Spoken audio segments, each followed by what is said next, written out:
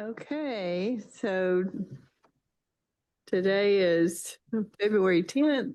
I call this board meeting to order, but I want to take the roll first. So I'm present. Lenora? Here. Rodney? Here. Clint Boone? Here. Lynn? Here. Brian Jolly? Here. Harold Simpson? Here. And Beth Ann Davenport is not here at the present moment. Yeah, she'll be here in a little bit. Okay. So I'd like to turn it over to Lena to give us financials and minutes. Okay, good morning, everyone. I believe the financials are the first thing on your tablet. So our fund balance as of January 31st is $2,817,095. I looked at the trend and that's pretty much exactly where we were last year. Jennifer ran our renewal statistics last week, and the latest numbers show that 100% of our in-state retail pharmacies have renewed. They're usually the first one. They get the A+.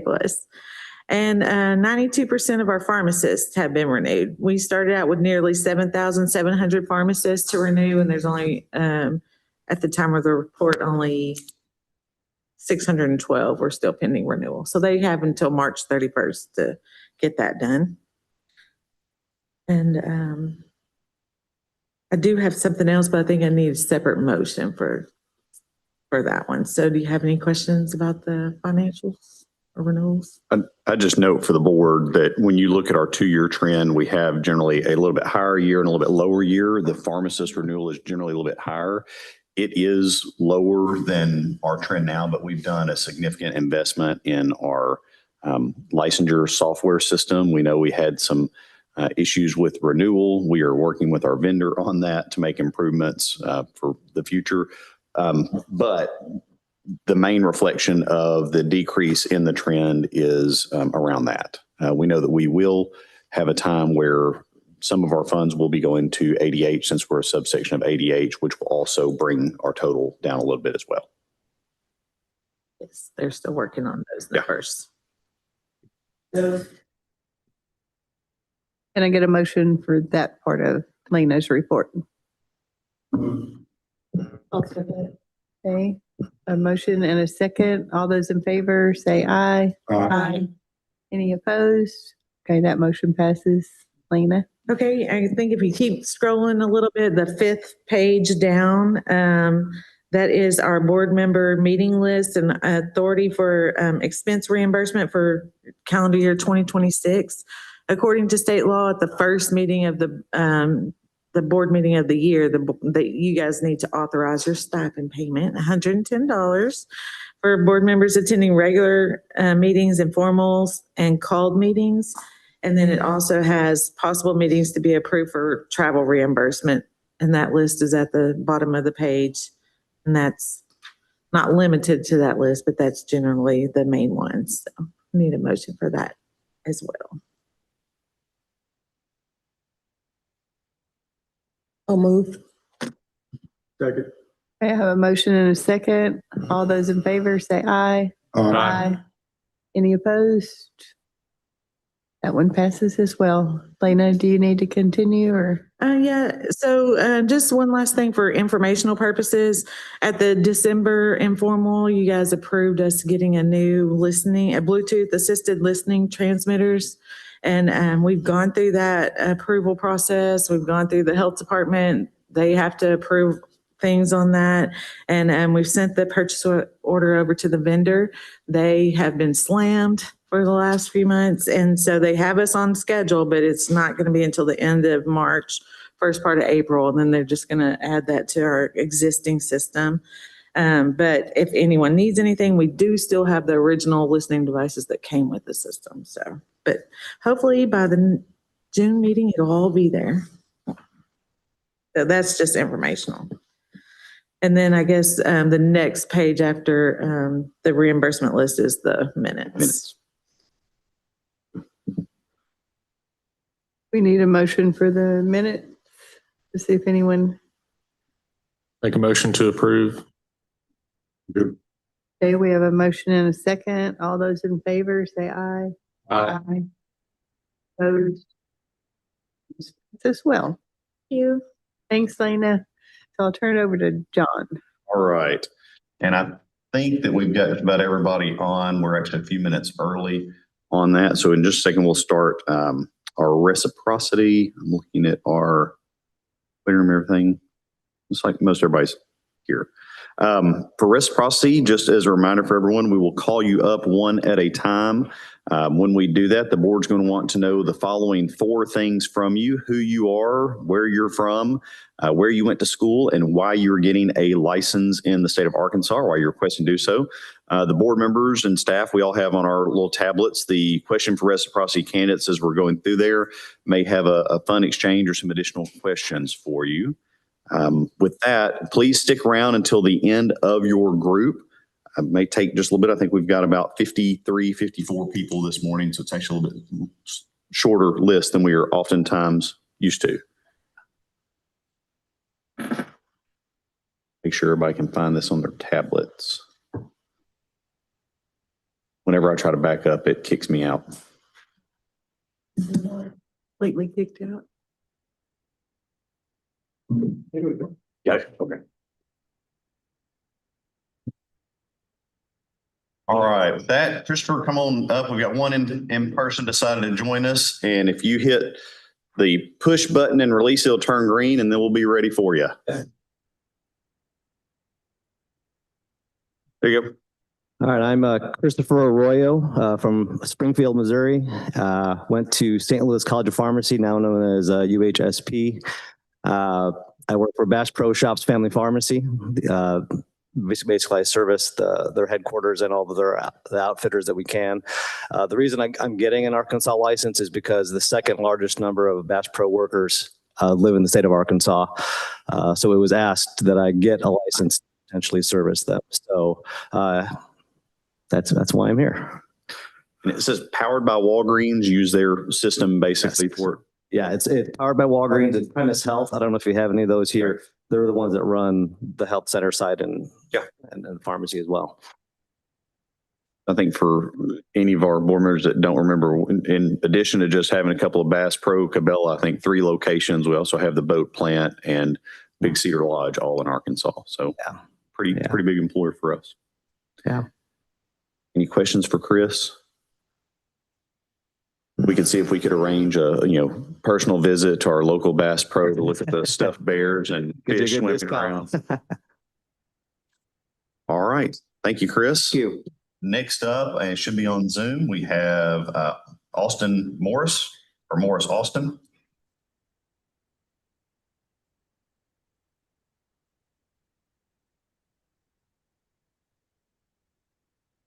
Good morning, everyone. Can you hear me?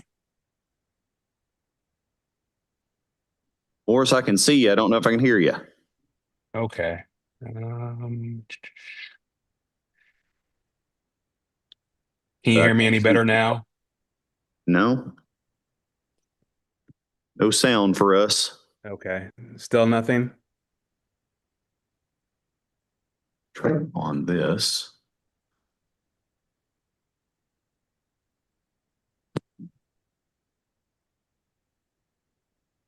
Austin, try talking now. Good morning, everyone. Can you guys hear me now?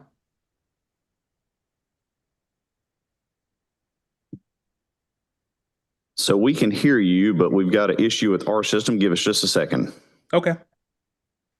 It's not coming out on our speakers.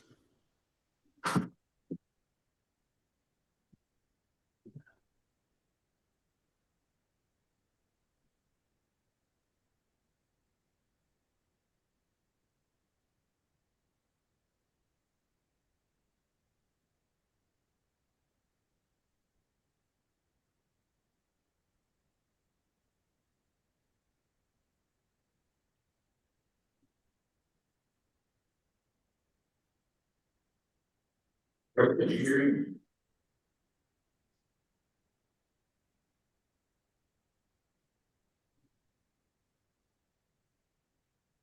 Coming through the speakers now.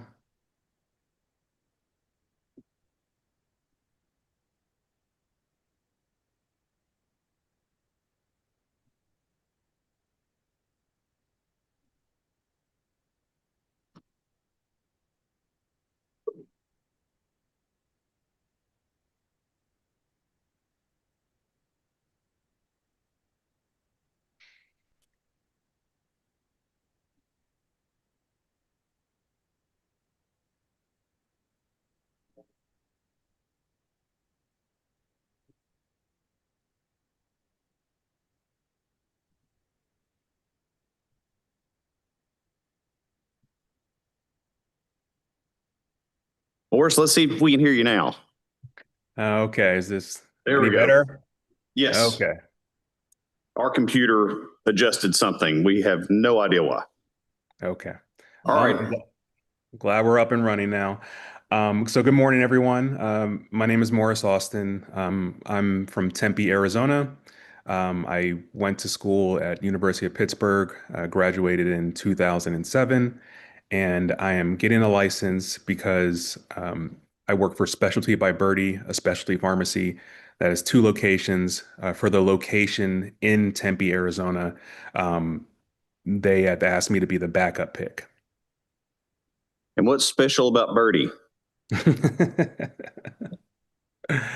Well, I mean, if you're kind of asking about the business, like, so we're doing, I know that specialty pharmacy means something very particular for the state. You kind of gave me that, that little bit of information when I was there. But essentially, what we're doing is, some oncology medications, a lot of inflammatory conditions, MS medications. So when we say specialty pharmacy, that's what we're referring to.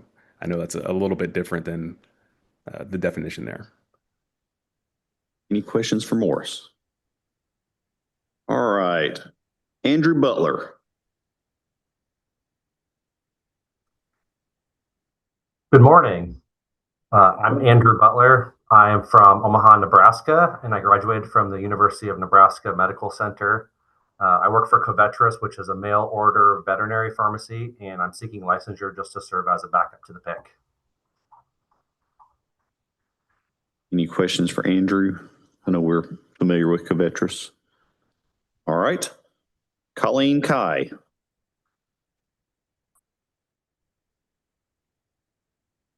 Good morning, Board of Pharmacy. Morning. I'm Colleen Kai. Greetings from snowy Buffalo, New York. I went to school at the University of Buffalo School of Pharmacy, and I work for Wegmans Pharmacy. I'm seeking licensure in Arkansas to aid with our company's succession planning as backup PIC. We do a little bit of mail order into Arkansas. That's it. Otherwise, it's our own customers we take care of in our geography footprint. Any questions for her? All right. Let's see. Thank you. Demi Chan. Good morning. Can you guys hear me? Yes. Perfect. Hey, my name is Demi Chan. I'm from Houston, Texas. Graduated from Texas Southern University. I'm currently working at Wells Farmer, Texas, which is 503 outsourcing facility. And I was asked by my employer to license at your state to serve the patient at the hospital there. Okay. And when was your last FDA inspection? FDA inspection, I believe, 2 years ago. Okay. Any questions for her? Anything special that your 503B focuses on? We mainly focus on emergency medication. We doing like succinylcholine, broccolinium, fentanyl, morphine, Okay. all the syringes. Yeah. All right. Michaela Canaster. Good morning. Can y'all hear me okay? Yes. My name is Michaela Knatzer. I live in Amarillo, Texas. I am a graduate of Texas Tech in 2011, and I am getting licensed in Arkansas for my pharmacy. They're looking to expand into Arkansas. New Solutions is the name of my pharmacy. Okay. And what does New Solutions specialize in? We are a sterile vitamin shop. We do a lot of ascorbic acids, the different types, the tapioca base, the preservative free, and all that good stuff. You've also got peptides listed. What peptides are you dealing with? We have a list of probably, gosh, I think we're like 20 peptides. Let's see, we've got BPC, thymosin alpha beta, the CJC, sermorelin. Didn't know this could be a quiz, sorry. I know there's more. Copper, Samax and Solank. So on like the GLP-1s, are you doing combination GLP-1s? Yes, we do have a GLP-1 line that we do combination with pyridoxine. Okay. Please pay attention to our rules about who can order those products. And Okay. you also need to be sure you pay attention to, especially some of the, as of the last week, FDA publications about essentially a copy as well as unapproved peptides. Absolutely. It says here you're shipping testosterone and ketamine to clinics. Can you tell me a little bit more about that? So we only do them for patient specific. Some of our patients and clinics, they prefer to do their shots. They don't like to give themselves their testosterone shots. The ketamine we do is a nasal spray. So they started out under the doctor's supervision, but we are a 503A, so everything is pursuant to a script. So if it's patient specific, it goes to patients unless it's something that can only be administered in a clinical setting. So if you, whether it's compounded or commercial, if you dispense Remicade, it has to be infused in a clinical setting, goes to clinic. If you are shipping a patient specific controlled substance, at least in our state, our DEA has taken very specific enforcement actions on that. Okay. So it goes to patient. You cannot operate pickup clinics where patients go to clinics to get their self-administrable drugs. Okay. Absolutely. Anything else? All right. Clayton Cox. Good morning, everyone. My name is Clayton Cox. I went to the University of Oklahoma Pharmacy School, graduated in 2009. I live in Fort Worth, Texas. I'm with Biologics by McKesson Specialty Pharmacy, and we focus on oncology and rare orphan drugs, no controlled substances, and I'm getting my license for redundancy based on shipping oncology medications to Arkansas. Any questions for him? All right. Rachel Kramer. Good morning. My name is Rachel Kramer. I'm originally from Memphis, Tennessee. I went to the University of Mississippi for pharmacy school. My husband got a job at the University of Arkansas, so we have just moved to Fayetteville in the last month, and I have been working on my temporary license at Northwest Medical Center in Springdale, and then I am onboarding now at the Encompass Health and Patient Rehab Hospital in Fayetteville. Okay. Questions for her? Welcome to Arkansas. Thank you. All right. Ms. Dow.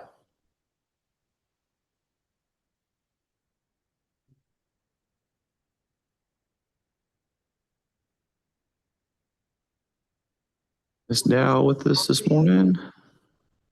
There we go. Hi. There we go. Hi, my name is Queen Dow, and I just started as a consultant pharmacist. Okay, so where do you live and where do you go to school? I went to pharmacy school at Xavier University in Louisiana, graduated in 2014, and I live in Memphis, Tennessee, and trying to get a consultant position with All Care in Arkansas. Okay. So basically they're going to map you to some of their long-term care facilities they take care of in Arkansas. Yes. Okay. Questions for her? All right. Haley DeCoy. Good morning. My name is Haley DeCoy. I'm located in Columbus, Ohio. I went to school at the University of Findlay College of Pharmacy in Findlay, Ohio. I work for Phil Pharmacy Solutions, who is seeking licensure as a mail order pharmacy in the state of Arkansas, and I will be acting as the PIC. And what's different about Phil Pharmacy Solutions? Sure. We are a specialty light pharmacy, essentially specializing in ophthalmology meds, non-sterile compound, or excuse me, no compounding and no controlled substance processing. Questions for her? All right, Nathan Deem. Good morning, everyone. My name is Nathan Deem. I am from North Canton, Ohio. I went to pharmacy school at Northeast Ohio Medical University here in Ohio, graduated 2016. Currently working for Specialty by Birdie as well, and working to be the backup pick here at the Ohio location. So what's special about Birdie that your partner forgot to tell us? You know, just it's just similar things like sending out biologics, inflammatory meds, all those types of things. We really focus on patient care. And I neglect that I have forgotten to ask, what is your backup plan in case you cannot get the medication to the patient in a timely manner to finish care, like with the ice storms we had the last couple of weeks? Yeah, we keep in contact with the patient, make sure they are, answer any questions. We have a pharmacist team that can discuss missed doses and those types of things, and we work our best to get replacements out as needed. Yeah, be sure that you guys go back and look at the home delivery standards because they require you to have a local alternative if there's something like that happens. Understood. Not just how to deal with a missed dose, but how to not miss a dose. There's some pretty specific Arkansas law and rules that focus on that. Okay. Anybody else? All right, Alexis, I think I see you on here with us. Hi, good morning. I'm Alexis Dolan Stevens. I'm from Akron, Ohio. Graduated from Ohio Northern University, and I currently work for Gem Edwards Pharmacy. It's an independent mail order pharmacy in Hudson, Ohio, and we do service some Arkansas patients. So I am just seeking licensure for redundancy and to back up our pick. Okay. Any questions for her? All right, Albert Fuchs.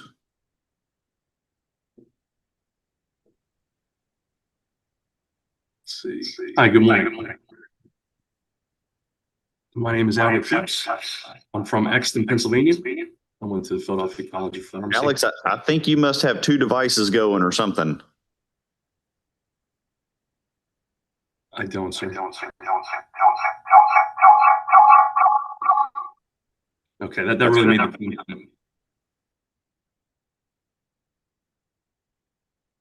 So should I continue? Yeah, we got a heck of an echo on our end from you. So I work for a company called ProRx. We're a 503B outsourcing facility, and we want to do business in Arkansas. So I'm getting my license here. And I've got it that ProRx 503B. When was your last FDA inspection? September of 25. Okay. Any questions about his B? And I see you also do non-sterile. What are you focusing on your non-sterile? Testosterone for now and NAD plus. There are sublingual options.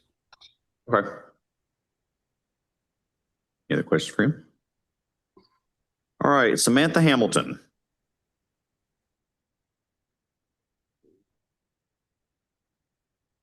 Hi, my name is Samantha Hamilton. I live in Bella Vista, Arkansas. I graduated from University of Missouri Kansas City School of Pharmacy in 2024. I was seeking licensure in Arkansas because I was kind of in a job search. I did work at Collier Drug in Fayetteville for a couple months, and then now I'm actually at a pharmacy in Anderson, Missouri named Alps Pharmacy, which is just right across the border from Missouri and Arkansas. Okay. Any questions for Samantha? All right, Cameron Hanna. Members, my name is Cameron Hanna. I'm from West Palm Beach, Florida. I'm a pick for a small pharmacy, about 20 employees. We do a lot of non-sterile 503A work, a lot of peptides and LMDs as sublingual liquids and also sublingual tablets. We do Semaxilin, Terzinad, B12. There's some sexual things like oxytocin. Also, we do some creams for hair loss and other kinds of things too. We're going to be moving into sterile this year, but we're not certified yet. Well, before you'd be able to do any sterile with us, you'd have to basically get back with us about having an operative inspection of the sterile and everything to get approval to do sterile for Arkansas. Other thing, and you probably already heard me say this. I would be sure to go back and look at the FDA's guidance and some of their letters last week that they gave about peptides and basically illegal peptide compounding. We don't know who's going to be made an example of, but somebody is. Yeah, I know what you mean. About the CJC as well. I think they were mentioning something about that we've started to discontinue. I've talked to 2 or 3 pharmacies that are reducing their product line after reading that last week. Okay. I'll be sure to read that. Also, did you hear the discussion earlier about shipping directly to the doctor's offices? Yeah, I mean, we do everything pursuant to a prescription. Sometimes we do ship to a doctor's office, but it's so that they can give the patient the drug as they come to their appointments. So, Cameron, I think you might have missed the point of that discussion. If it is a self-administrable drug, it goes to patient. Otherwise, you'd be in violation of our pickup station rule. So if there are drugs that can only be administered in a clinical setting, another example I would give is you have people that have intrathecal pain pumps that must be filled in a clinical setting. Those drugs go to clinic. If it is anything else that is self-administrable drug, it goes to patient. Otherwise, you're violating our rules and you're going to get to come sit at another table up here with us. Okay. Well, I'd like to avoid that. Yeah. Most people send another email so we can clarify that. I'm sorry about that. Okay, no, that's fine. You're welcome to email us, but it's fairly clear. Self-administrable drugs go to patients. Drugs that can only be given in clinical settings can be sent to clinic. But just because the patient wants to pick it up and you compound it is not a reason to send it to clinic. Okay. All right, we'll take care of that. Okay. Heather Harrison. My name is Heather Harrison. I went to Ooh, we Ferris can State. barely hear you, Heather. Okay. That's better. All right. I went to Ferris State University, got my degree there, and I am working for OptiMed Specialty Pharmacy currently. Did you say outpatient? We have outpatient meds that we send out, and we also do have an infusion clinic on site. Is OptiMed part of a hospital or something then? We are an independent. Okay. Usually when we hear outpatient, it's generally in reference to some sort of hospital practice, but basically you have a retail business that you do mail order. Yes, yes. Specialty meds. I'm sorry if I said outpatient. And what is the specific focus of like the OptiMed specialty network? Like are there specific disease states you deal with? We deal with a lot of disease states, oncology, immunity medications, lots of different meds that go out. We work with MS patients. We have a lot of different disease states that we deal with on a regular basis. That's good. It's sometimes we see specialty pharmacies that only deal with oncology or only do dermatologic or only do 2 or 3 meds. That's kind of the clarification we were seeking. Yeah, we're very broad spectrum in that regard. Anything else for her? All right, let's roll down to Mark Heyman. Good morning. Can y'all hear me? Yes, sir. Okay, my name is Mark Heyman. Currently live in Fort Worth. I graduated from Purdue University and I'm getting a backup license. I work at Covetrus here in Fort Worth. Any other questions for him? All right, Mark, we're once again familiar with Covetrus. Garrett Hazelwood. Good morning. Are you able to hear me? Yes. Oh, good morning. So my name is Garrett Hazelwood. I live in Warwick, Rhode Island. I went to the University of Rhode Island, and I'm seeking licensure. I work for CVS, specifically out of their call center, and we run programs across the entire U.S. So we always have a few people licensed in each state to make sure we're always compliant, can reach to patients in those states. We needed a backup for Arkansas, and that's why I decided to seek licensure. Okay. Any questions for him? I'll tell you, Garrett, I don't know that you guys have anything to do with it because I think it's mainly the mail order pharmacies. But we've had several patients report to us that they're being told by CVS that they can no longer receive medications into the state of Arkansas due to one of the laws that passed last legislative session. But to be clear, there is a hold on that PBM ownership of pharmacy law. So I think there's some confusion somewhere in some of the pharmacists or workers in the company telling patients here that, but it's not true at this time with that legal hold. So if you hear it somewhere else, you also heard it here. Absolutely. I'll make sure I can relay that. But yeah, that's a separate part of the business from what I do. Okay. Joanne Hobson. Good morning. My name is Joanne Hobson. I'm from Hopewell, New Jersey. I am the pharmacist in charge and co-owner of Hopewell Pharmacy. We are a 503A compounding pharmacy. I went to school at the Philadelphia College of Pharmacy and Science. We are seeking licensure because we were approached by an ALS clinic in Arkansas to be able to ship to their patients directly. Okay. So specifically for their ALS treatment? Correct. Okay. Yeah. Any other questions for her? All right. Is it Joseph? Is it Howdshell? Howdishell, yes, sir. Howdyshell. Yes, sir. Good morning, everyone. As we said, I'm Joseph Howdishell. I live in Shreveport, Louisiana. I've been there for about 6.5 years. I'm originally from Tucson, Arizona. That's where I went to pharmacy school at the University of Arizona. I'm seeking licensure. My partner may be getting a job at some point in the Little Rock area, so we may be moving at some point in the future. I'm just trying to get my my stuff in order in case we do move up there. Well, did you at least find something good to eat while you were here? Oh, absolutely. I had to go to the Purple Cow, you know. There you That's a go. staple. Do you remember the saying at least? For Purple Cow? Oh, gosh. I don't know. I've never seen a purple cow. I never hope to see one, but I can tell you anyhow, I'd rather see than be one. It's something like that they have in Okay. most of the restaurants. My kids always thought that was hilarious. Yeah, I had to have a purple milkshake, so that's a standby. Yeah. And now the internet's like, what in the world is the purple cow? All right, Jasmine Johnson. Hi, good morning, Board of Pharmacy. Morning. My name is Jasmine Johnson. I'm from Memphis, Tennessee. I went to pharmacy school here at UT Health Science Center. My pharmacy is seeking Arkansas licensure. I work for Friends for All Pharmacy, and we'd like to offer mail order service to our Arkansas patients. So what's different about Friends for All? At Friends for All, we want everyone to feel welcome, but we focus on sexual wellness, STI prevention, and treatment. Good deal. And what's the best barbecue in Memphis? It would be the Dancing Pigs.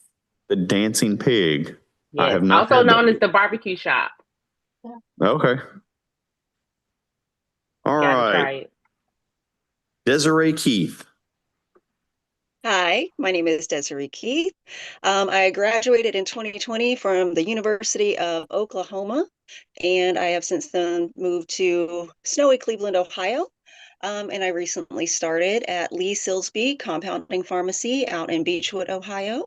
We compound sterile IV nutrition, and we ship to all 50 states. And I am getting licensed here to be one of the backup Arkansas licensees. So mainly you say IV nutrition, TPN therapy or something else? Like IV, vitamin C, vitamin Bs, things like that. That would be Okay. administered per patient prescription. We're a 503A. Any questions for her? All right, let's see. Daniel Keller.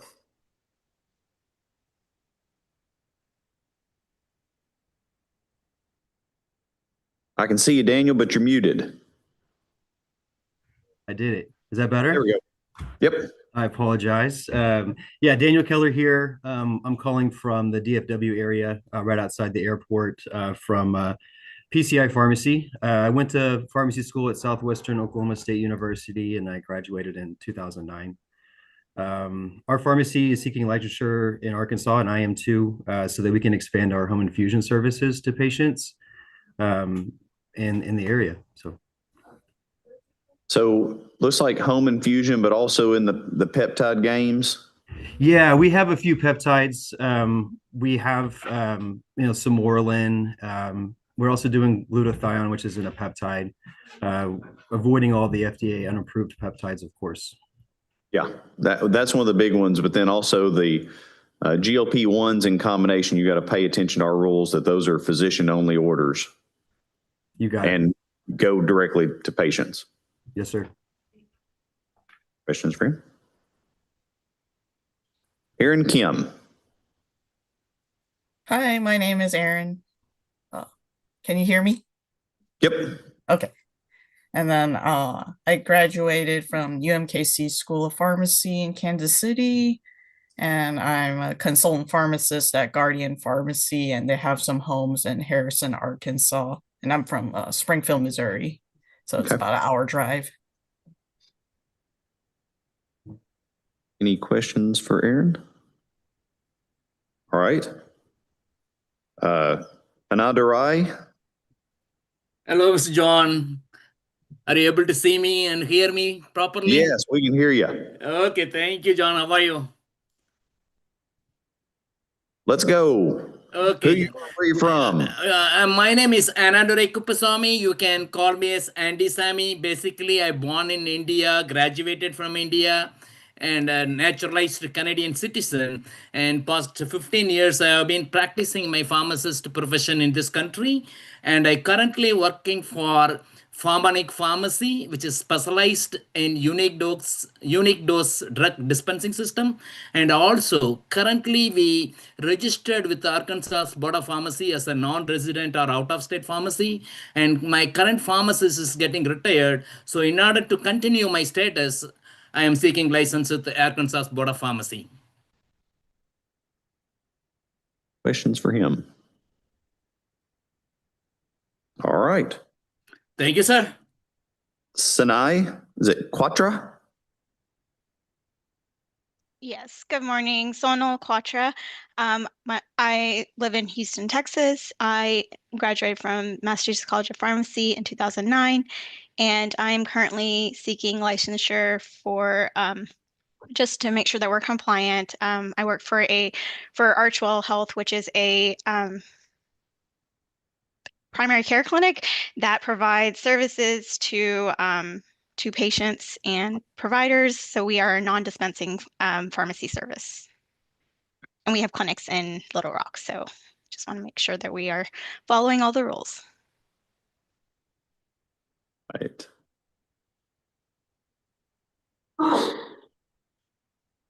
Questions for her? All right. Alan Kwok.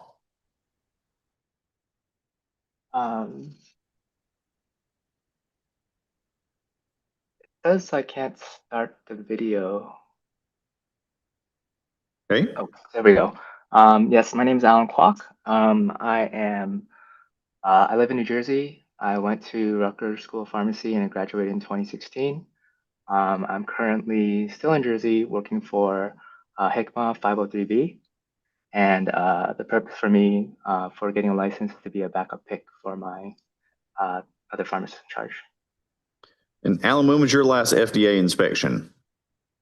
July 25. Okay. Questions for you? All right. Jun Yong Kwang. Hello, my name is Jun Kwan. I currently live in New Jersey. I went to school at St. John's in Jamaica, Queens, New York. I currently work in Cardinal Health Nuclear Pharmacy. Just seeking licensure in Arkansas for redundancy at my work. Just like really late in the day for you? No. Most of my nuclear pharmacy friends are all done by this point of the day, so. Oh, we have multiple shifts. So today I'm on the day shift. Yeah. Questions for him? All right, Dr. Mack, that's the end of my first group. Okay, at this time, can I have a motion to accept these for licensure? Motion to approve. Second. Okay, we have a motion and a second. All those in favor say aye. Aye. Any opposed? And that motion passes. If you want to give them your Yeah, information. just a couple of things as a reminder for all of you.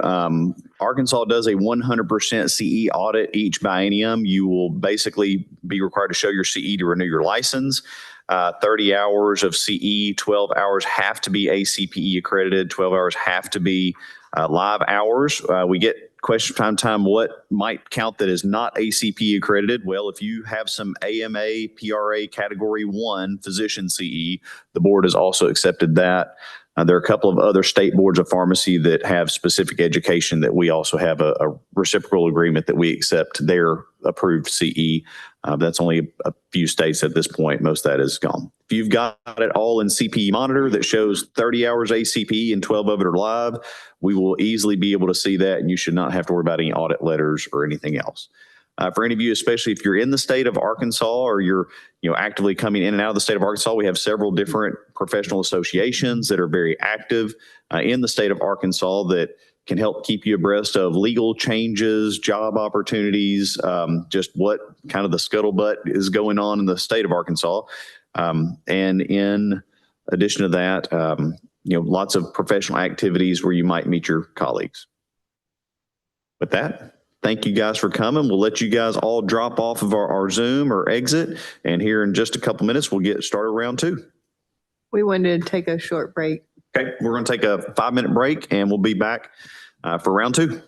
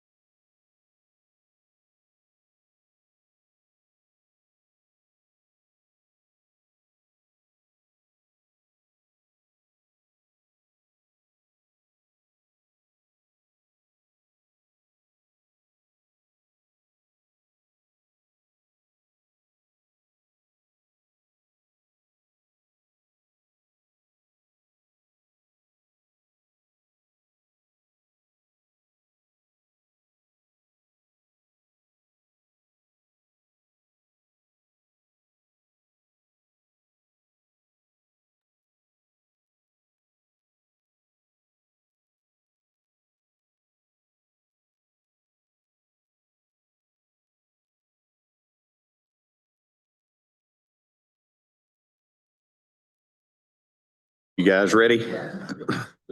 All right, we're going to call our meeting back to order for all of you that are here for reciprocity. Most of you got this explained when you came to take our test, but in short, stick around until the end of your group, until you're dismissed.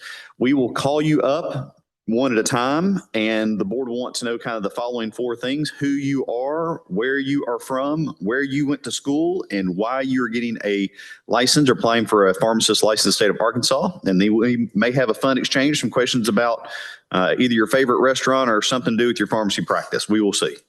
So with that, first one I've got up is Hu Lee.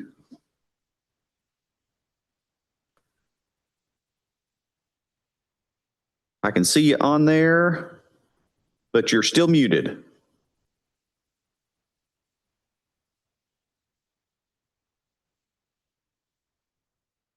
Still shows muted on my end.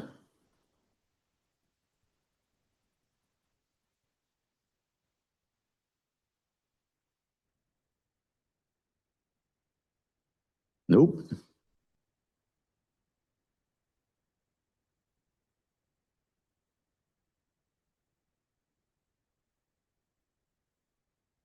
I'm clicking our Ask to Unmute button on our end, but it looks like your microphone may not be working.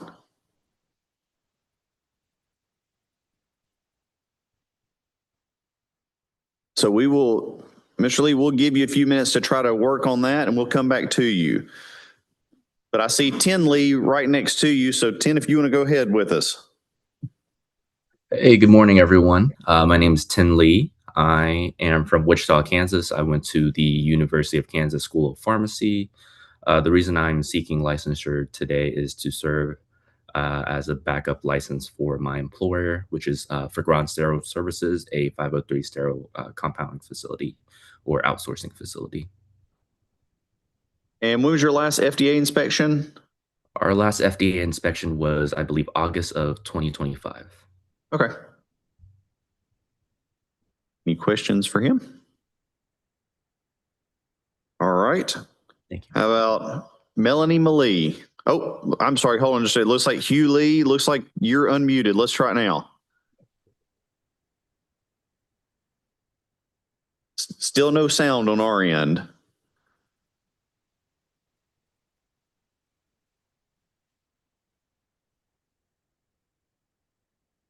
Nothing. It shows unmuted now, but it does not look like your microphone is actually picking up sound.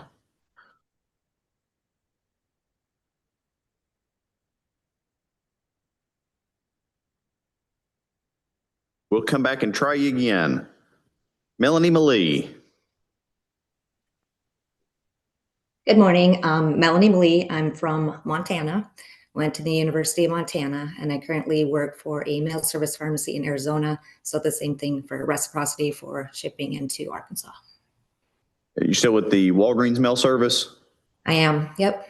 Okay. Yep. Almost 30 years with the company. So yeah. There you go. Any questions for her? All right. Let's try, is it Miss Unique Martin?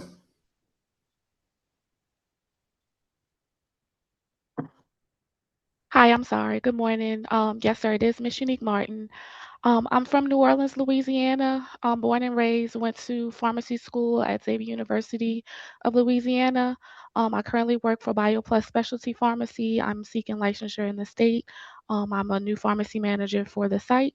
And it's seeking licensure so we can ship to patients there. Any specific focus for BioPlus in the specialty arena? For my site, we focus on dermatology. Okay. Questions for her? All right. Brittany Nixon.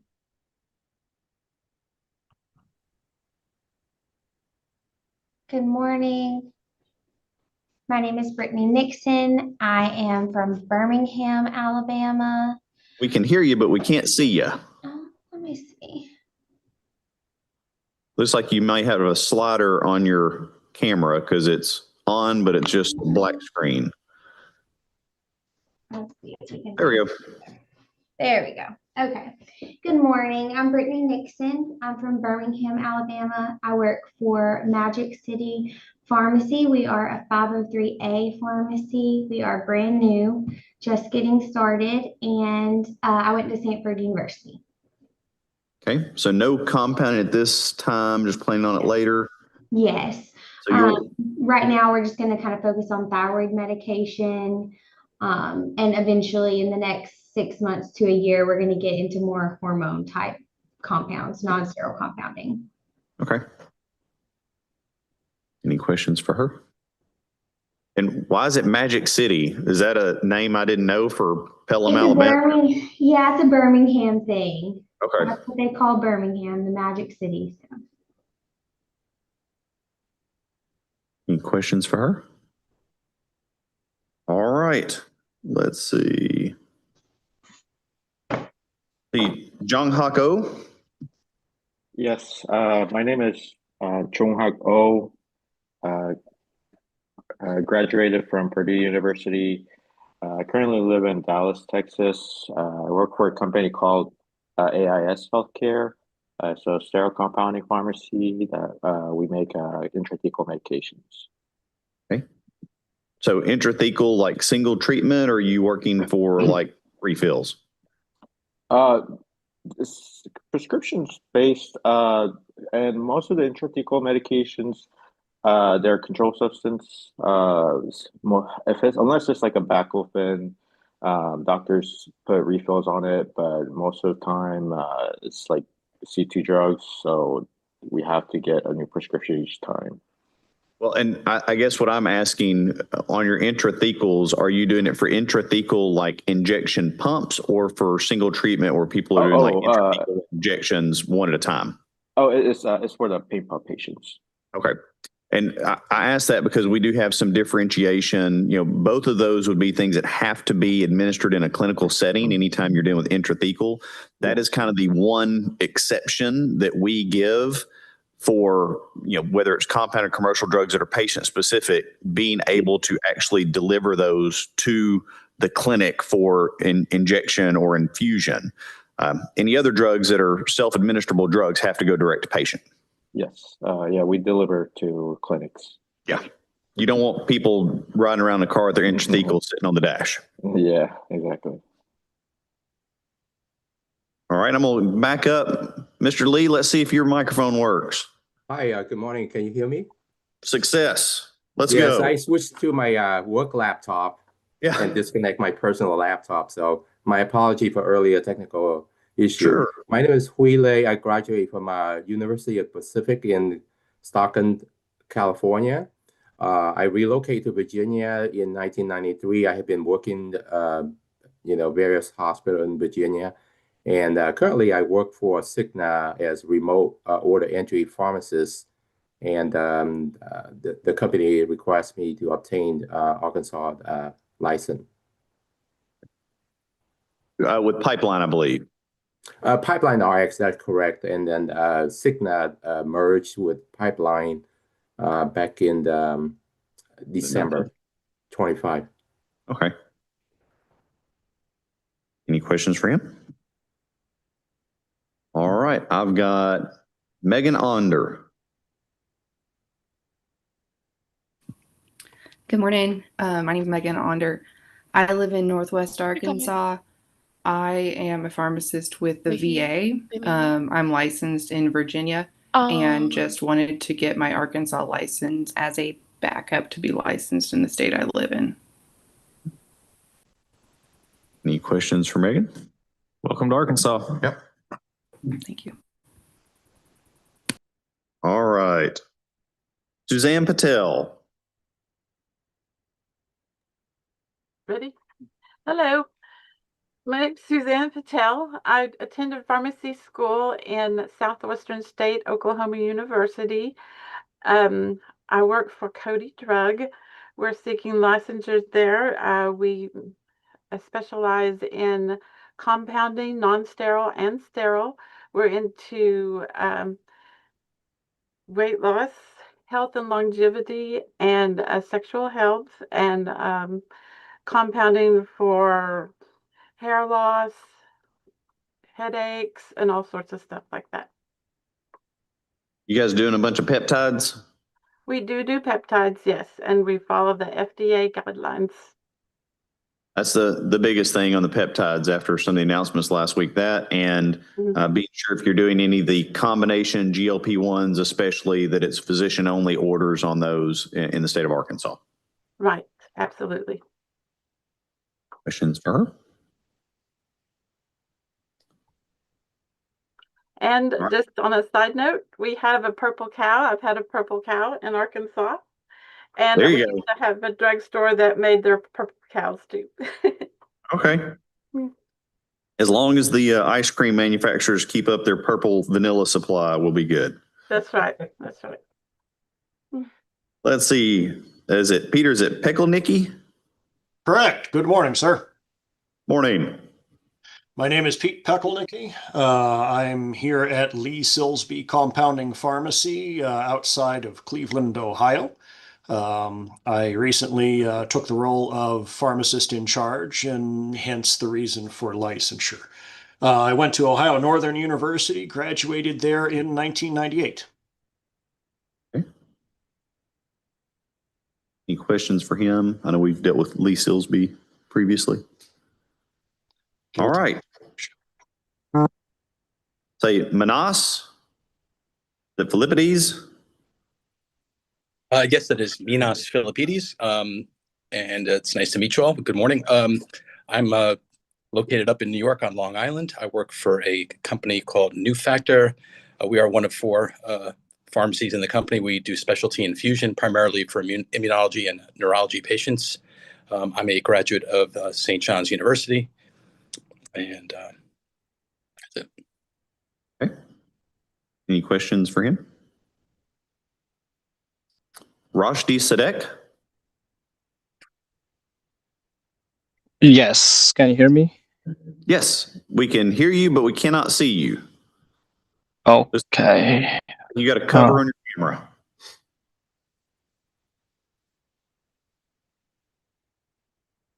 Sorry, give me 1 second. The camera showed it was on, but it looks like you might just have a cover over it a minute ago. Yeah, it's just frozen. Yeah, right now the camera's off. Okay. There we go. Perfect. You can see me now? Yep. Sorry about that. Good morning, everyone. My name is Rashdi Sadek. I graduated from the pharmacy school from Egypt back in 2006. I'm currently working as a PIC at Mark Cuban Cost Plus Manufacturing and Compounding 503B outsourcing facility. And I'm seeking licensure in Arkansas to ship medications to the state. And when was your last FDA inspection? That was back in August 2024. Okay. Any questions for him? All right. Amanda Schultz. Hey, my name is Amanda Schultz. Good morning. I am from Philadelphia, Pennsylvania. I went to Temple University School of Pharmacy. I work for Optimi Care Pharmacy. We're a specialty pharmacy that specializes in rare disease drugs. So give us an example of the rare diseases you're dealing with. Korlym for Cushing's syndrome, some hereditary angioedema, Orladeyo. Those are my 2 big ones I work on. Yeah, HAE gets into big dollars fast with very few patients. Yes, absolutely. Any questions for her? If you hand wrote this, it's like the neatest handwriting we've ever seen. I did handwrite it. That is my handwriting. Because it looks more like you had full Adobe PDF and like put in print. So that's awesome. Thank you. Now, if we see a serial killer note that looks like that, You know it's me. All right. Alexander Servatius. Good morning. I'm Alex Servatius. I'm from Boise, Idaho. I went to the LECOM School of Pharmacy in Bradenton, Florida. I'm currently seeking licensure. I work for a startup tech company out of New York. We utilize AI to accelerate prior authorizations, and we're just currently looking into getting nationally licensed. Okay. Well, I'm sure we'll have to have some conversations about that with Tandem, but anytime you say AI, it invokes a whole different legal meaning in many states. I've encouraged many of our colleagues to quit using the general term AI and call it automation and then describe what the automation is, because people have such terrible preconceived notions when you say AI. Some people think it's generative AI versus just an automated tool. Okay. But good. We'll have that conversation, I'm sure, later. Sounds good. Any questions for him? All right. Tanner Schick. Good morning. My name's Tanner Schick. I'm from Pittsburgh, Pennsylvania.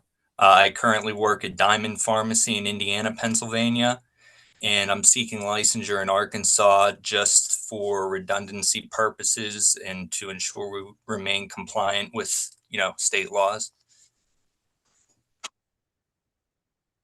Any questions for Tanner? I may have a couple offline specific to the correctional facility medication replacement, but I can follow up on that later. Yeah, sure.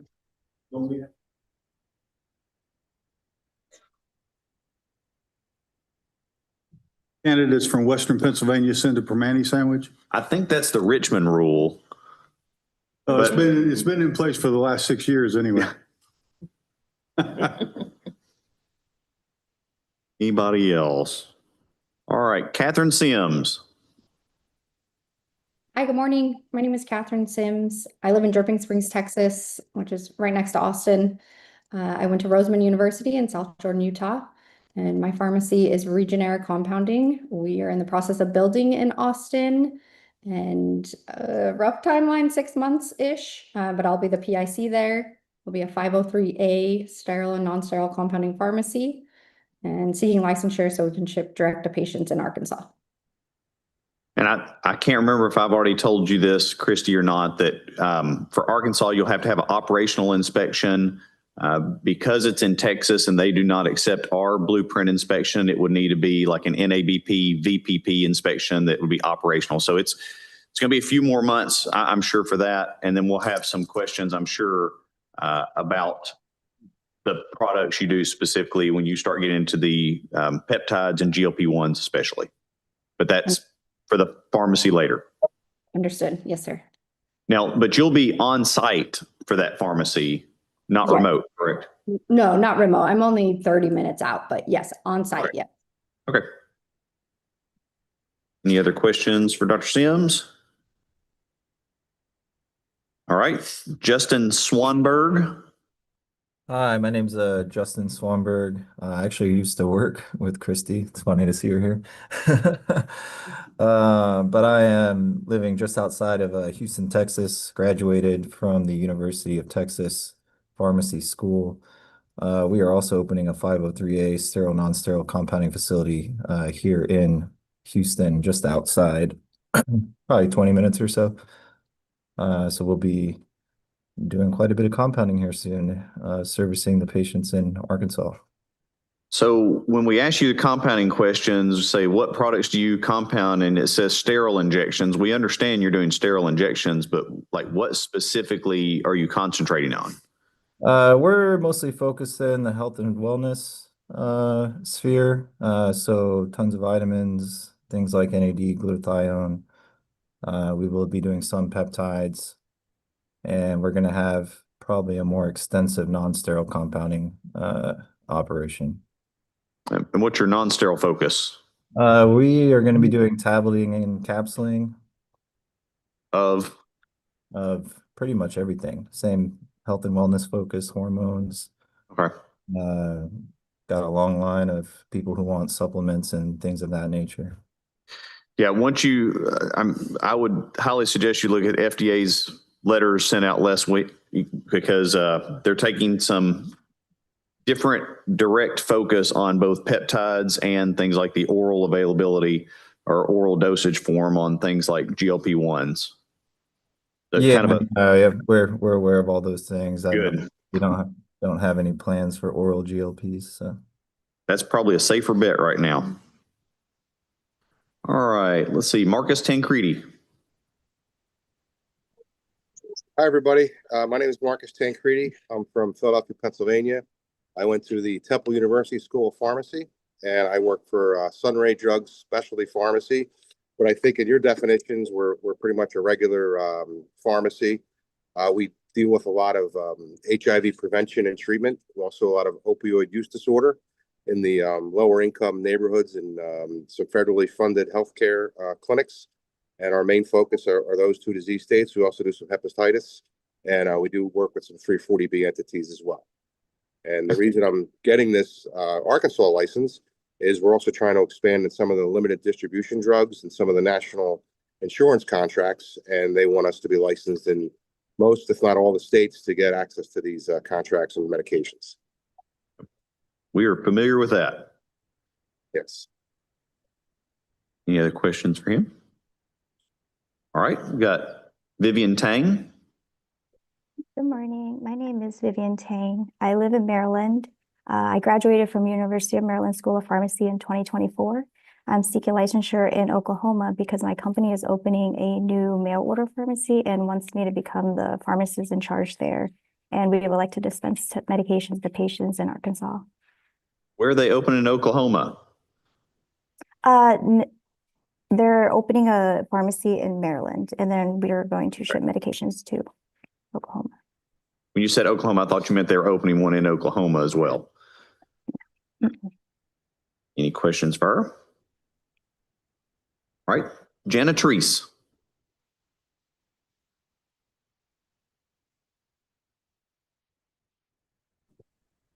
Sorry, I was having trouble unmuting. Hi, I'm Jana Treese. I live in Shreveport, Louisiana. I graduated from ULM in Monroe. I am getting licensed in Arkansas because I work for a home infusion company called Solio Health. And since we are right on the Louisiana-Arkansas state line, they would like us to get licensed in Arkansas to be able to service patients who come to Shreveport to see doctors and need home infusion therapy. All right. The Christopher Tyrone.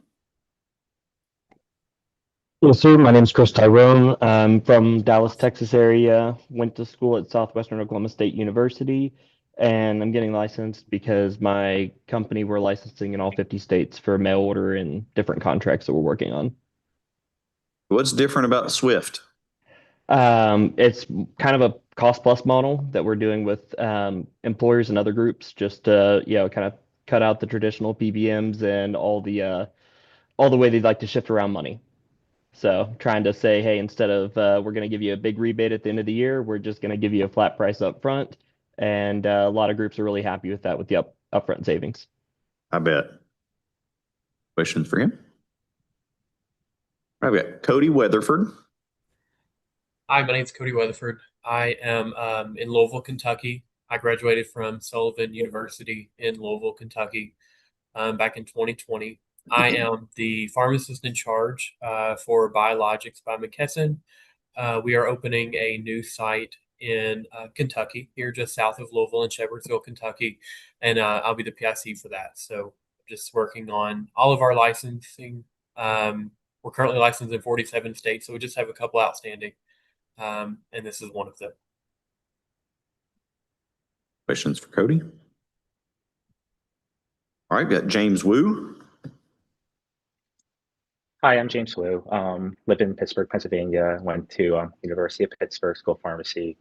Work here at Grain Supply, and we're a long-term care pharmacy, and we do some dispensing to PACE patients, and seeking licensure in Arkansas is just to replace our outgoing pick. Questions for you? All right, last one is very large on our page. All right, Venkata Yarlagada. Yeah. And if you'll press that button, it'll turn green, and there we go. Good morning, ladies and gentlemen. My name is Venkata Yarlagada. I am a foreign pharmacy graduate. Currently, I am working as a PIC with the CVS Pharmacy in Texarkana area. They do have a border in Arkansas CVS. So That's why I would like to get the Arkansas State Board Pharmacy license. I think I already told him that was the first CVS in Arkansas because they built it on the wrong side of State Line Avenue, not realizing that it was in Arkansas, not Texas, till the pharmacy people got involved. It was a fun one. Any questions for him? All right. That's the end of my list.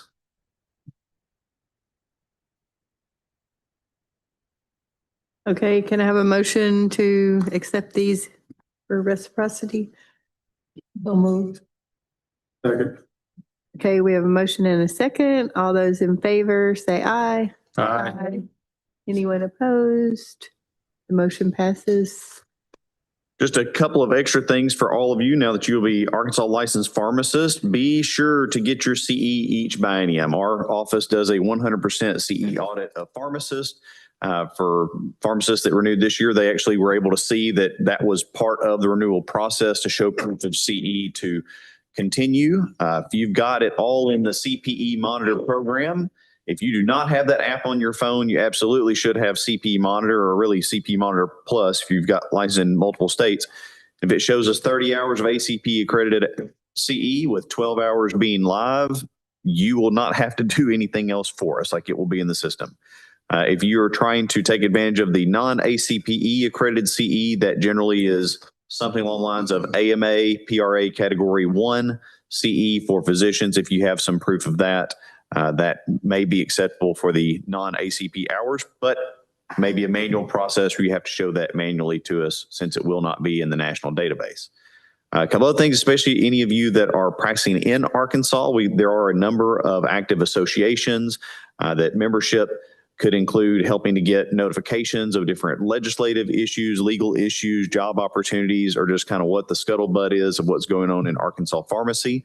I forgot to say earlier today, there's also a closed Facebook group, Arkansas Pharmacist Q&A, that has something like 4,000 Arkansas pharmacy related people in that Facebook group. It's not the Board of Pharmacy Facebook group, but we see a lot of announcements and things on there that are also of interest. With that, we will dismiss everyone. I imagine you guys probably want to take about a 5-minute break to rotate to the next thing, or that's up to you. Or keep going. All right. Well, thank all of you for joining us today. Thank you. And that's the meeting. You're welcome to tune into YouTube if you want to continue watching it. But here in a minute, we'll kick everybody else off YouTube just to keep our not off YouTube, off of Zoom to keep our YouTube link clean. Thank you. Thank you.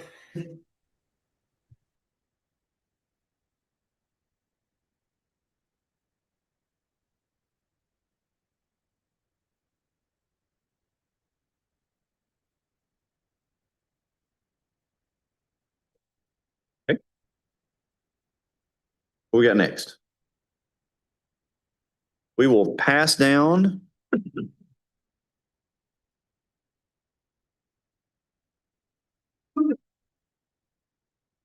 these are current consent orders that we have. Make sure she's not looking for me.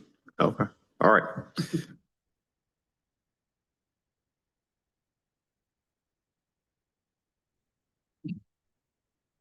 What you got in front of you, this is just a list of current consent orders for consideration. We have one more to add to the group, and I'll turn it over to Dr. McCready.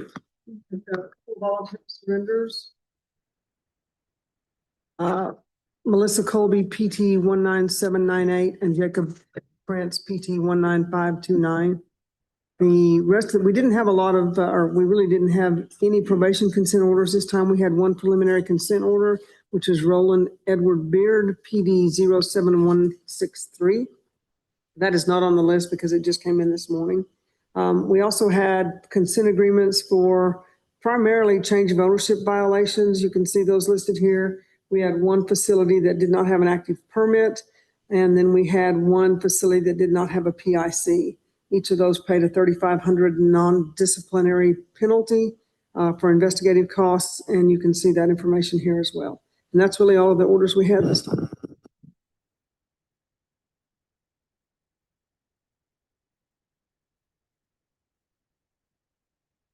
Are there any more questions on this, or can we take a motion for this, You take a motion for the whole. the whole thing at one time? Okay.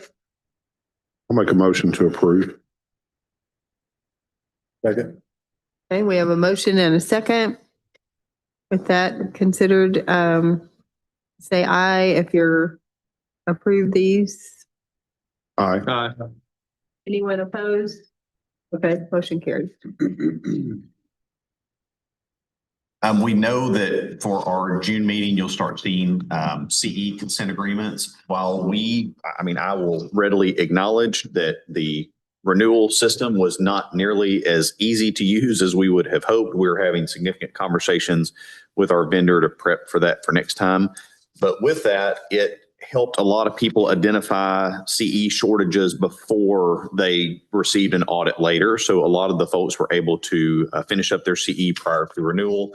But it also let us know some folks that we've already started orders. I'm sure you have an estimate as to how many we think we've got so far. 68. So we think we're about 68 so far this year without having to do a couple hundred hours of manual audits on people. So I understand there were some hiccups in the system. The other thing is with this system, when you renew and go through that process, you can print your own permit. Like you don't have to wait for us. If something happens and you lose it, you can pull up your actual profile and your licensure and actually print your own permit, which has, I think, saved a lot of people a lot of time. We did have some tips. We tried to put out that it works much better on a computer than on a phone. I know that for some of us, I did not renew mine until almost the end of December, because if we thought we had a functionality problem, it was real easy for me to sit either on my phone or my computer and say, well, the system's working for me. So it tells me pretty quickly it's a connection on your end, not our end. But it's just one of those things. Do we have a typical biennial renewal attrition rate where people retire or out of state just don't renew? We have attrition every time. The pharmacist attrition, and I would have to go back and look at our numbers. Jennifer Bergen does a great job of showing us what the percentages of renewals are throughout our renewal cycle. People can still renew. Like this month, they have to pay an extra $20. Next month, it's an extra $40. But they could still renew up until April 1st. April 1st, if you did not renew, it becomes void. So we have in the past looked at that at April 1st date, and we could pull that data. We have a lot more attrition of pharmacy technicians to where I think it's 25 or 30%. Like we'll work up to 11 or 12,000, and then at renewals drop back to like say 9,000, and then we will build up past where we were almost every biennium. So the difficult side of that is it almost feels like an onslaught. Like the pharmacy technician permits are a constant drive into the office, which also causes a constant drive for people that need appearances at informal conferences or in front of the board. I will say Jennifer put out great directions. I think it would have been really hard to work through that without her directions. We had a lot of people that either did not understand or did not follow the directions. And there's some things like if you say, I have all my CE and it's all ACP accredited and I want to renew, or I have all my CE and it's not ACP accredited, or I want to renew inactive. And we would have a lot of people that check all three boxes. They would just go through and check everything without reading it. And part of the problem is when you check all those boxes, it makes it an automatic, like it's no longer an automated process. It requires staff intervention to go, I have created a conflict in the system for me, and it would have to be unlocked by staff to be able to continue at that point. So we had a lot of that. There's some quirky things like if you have a hyphenated last name or an apostrophe in your last name that the system doesn't necessarily recognize it. The number of calls, I don't know how many hundreds of these that Dr. McCready worked with, but it was, every day printing off a list of trying to help go through it and make corrections, hours and hours outside of normal board hours or on days that we weren't even open. I had people that would message me or that would put stuff like in the pharmacist Q&A, hey, the system isn't working. And I'm going, well, your Facebook name doesn't match your legal name with the Board of Pharmacy. And I'd have people send me back a message or tell me it's like, oh, well, I got married. And I'm going, well, if you get married, and you don't send the paperwork in to change your name legally with the Board of Pharmacy, like you can verify your license and it tells you that it's under, Smith, not Jones. If you got married and didn't tell us, we still have your legal name the way that you've left it with us. It was an interesting process, but renewals are always an interesting process. So do you think a lot of this is corrected or going to be better for next time? It better be. Like I said, we're having significant meetings with our vendor of, cleaning up some of that. And Jennifer Bergen has done just I can't tell you, every week she's got a closed door Zoom meeting, massaging this stuff and making it better for us all the time. So, it was a tough renewal cycle for us, but even with a tough renewal cycle, the pharmacists being able to print their own licenses, just like the techs could last time, also, while it saves some time, it doesn't necessarily save any agony for us. So, yeah. And it saves a good bit of money just on postage and return postage and, trying to match up addresses and such. So it's been fun. Another update just quickly for you guys, which the rest of our morning till noon is basically just covering some discussion items, and we could have some prep for this afternoon. As many of you know, we did have a lawsuit that you guys were all named in. I think they left me off on the Act 630, the Limited Distribution Network law. It was fascinating to go watch the injunction hearing in that. We feel like we very much have a pretty straightforward approach of how these applications would work for limited distribution networks. I had great fun because it seems that it was very important to point out that I am not an attorney. I have never claimed to be an attorney. I did not go to law school. I just have the function of having to interpret and enforce laws, statutes, rules, regulations, much as the board does. The judge indicated that he probably would not have a decision on this till April, is what he said, because of some of their different quarterly reports and everything. So we are doing business as usual. We have set up meetings. We actually got a meeting with another manufacturer, I think it's next week, that have had questions about limited distribution networks. It's been fascinating because we've got at least one major manufacturer that basically, their questions for us were along the lines of, we don't have a limited distribution network. We have an open network for anyone that qualifies to handle the drug. What do we need to do? And I said, well, you meet the actual law. Like, it's either have an open network, allow people to apply. If they can handle it, basically the way, if there's any special temperature requirements, or if there's some post-marketing analysis that has to be done according to FDA, or if there's a FDA REMS program, like they meet all these criteria and you let them in the network, that's an open network. There's nothing else to do for us. Like, it's just there. If you want to have a limited distribution network and limit access to it, then you would go through the application process. We have several manufacturers that appear that they are going to want to do that. Some of them have talked to us. Some of even the examples in that case are fairly outlandish. Like, if you have to take a patient's, biologic product and tag it with something to then re-administer it to the patient, there's not some, huge amount of pharmacies that want to go, hey, I'm a retail pharmacy on the corner of these two streets and I want to be able to handle this drug, because they don't have the technology to do T-cell tagging or anything like that. They can't. Cell and gene therapy? Yeah.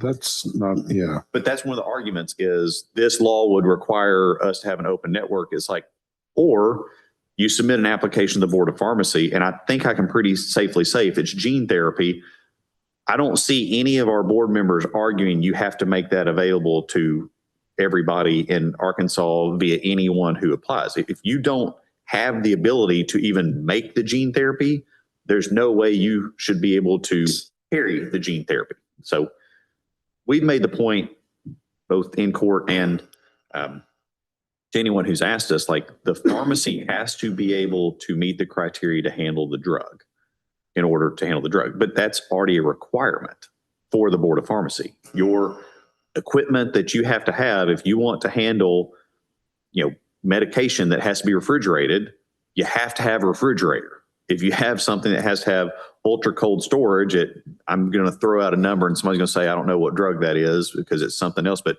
-50 degrees Celsius, you have to have a super cold freezer that's at -50 degrees Celsius. You're going to have to monitor that it stays at that temperature. I mean, this is what we went through with COVID vaccines.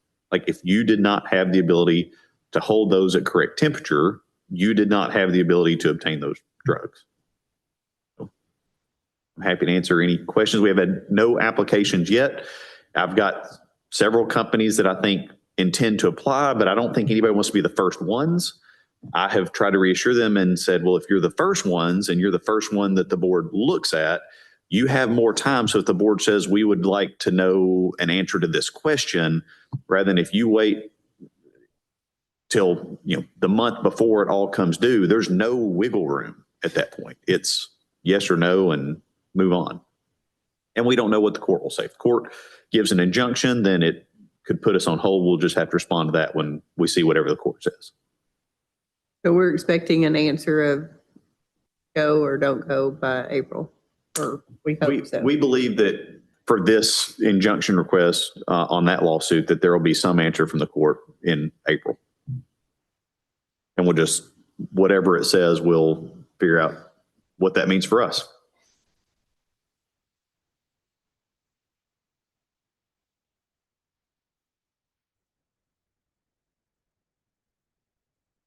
So what about the other lawsuit?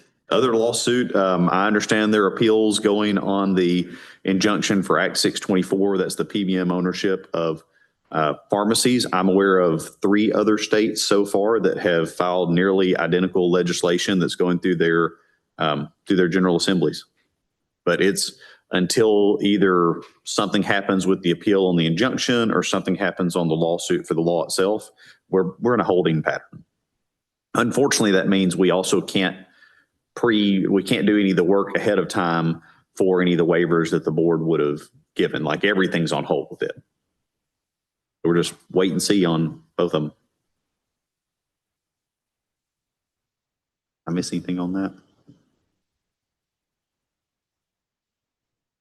What else we got?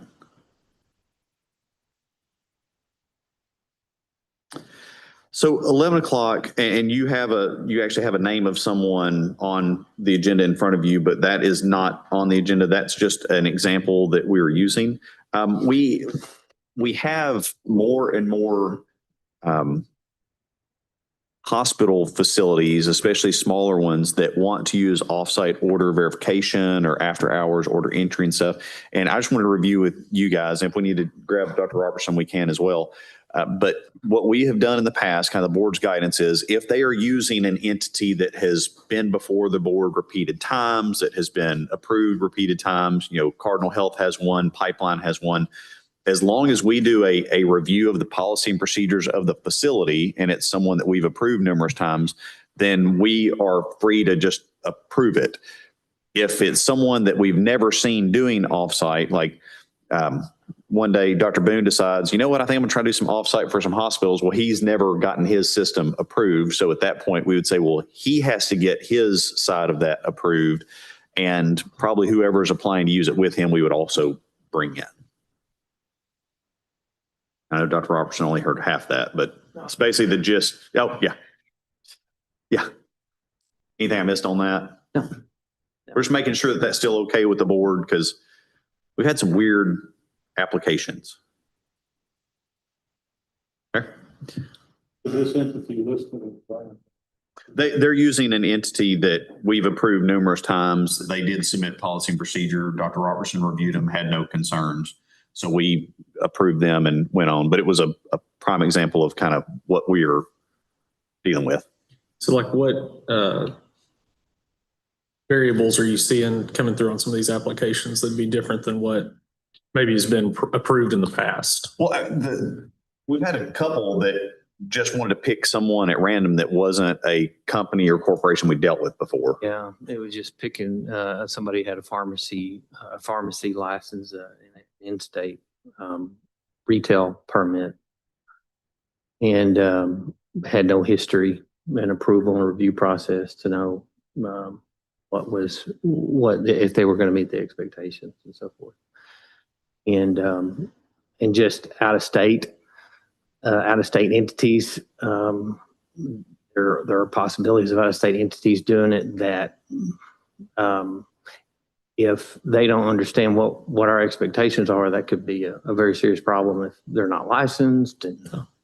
And I think we've had a couple of instances where people thought, well, if I'm able to get someone to do this off-site, I'll just dump my staff or dump my hours. Yes. And, the board has always been very clear, this is to add service, not to lose pharmacists in the facility. I think that's been a difficult thing for some folks to wrap their heads around of, this is to add service that's not there or to supplement service that is there, not to replace. So if we saw an application, someone said, well, hey, yeah, we want to do offsite order entry, and we're going to, instead of having 2 pharmacists, we're going to cut to 1 pharmacist. We're going to go, you're going to have to come before the board for that. Like, this isn't you can't replace the body that's there, especially in these facilities doing work, preparing stuff for patients or clinical services, just because you've got someone be a computer after hours. Yeah, because we also want to make sure that, like you say, after hours, that if we need somebody to come in to provide care, they can, and somebody's available. And sometimes the software is an issue because, they got to be able to manage all the different software vendors and so forth. Yeah. I had a general question just on the topic. So for offsite order entry or offsite order verification in the hospital setting, I understand that verifying orders plus or minus, dispensing or generating a label or something along those lines would fall into that. What about something that's strictly clinical, like doing just a chart review or managing a targeted drug list for renal dose adjusting, and maybe potentially entering an order? Does that fall under this? Would that need approval? Like, I'll give you a scenario. Sure. Like, say you had a pharmacist that it was during inclement weather and they couldn't make it in to the hospital, but they worked in a clinical role. They weren't really a frontline operational pharmacist, and they could do some of their work from home, like reviewing their current patients and possibly making adjustments or documenting notes in the chart and that type of thing. Would that violate our offsite order entry? I would consider it, and this is just I would consider it to be part of your clinical functions. So if somebody was actually physically entering the order in, well, that would apply. But if you're going to call something in, maybe let's say that you, like you say, the example that you gave, it's inclement weather, but you've got, let's say, pipeline, for example, is providing the care. That order can be called in, it's written in the chart or dictated in the chart, gets over to pipeline processes it.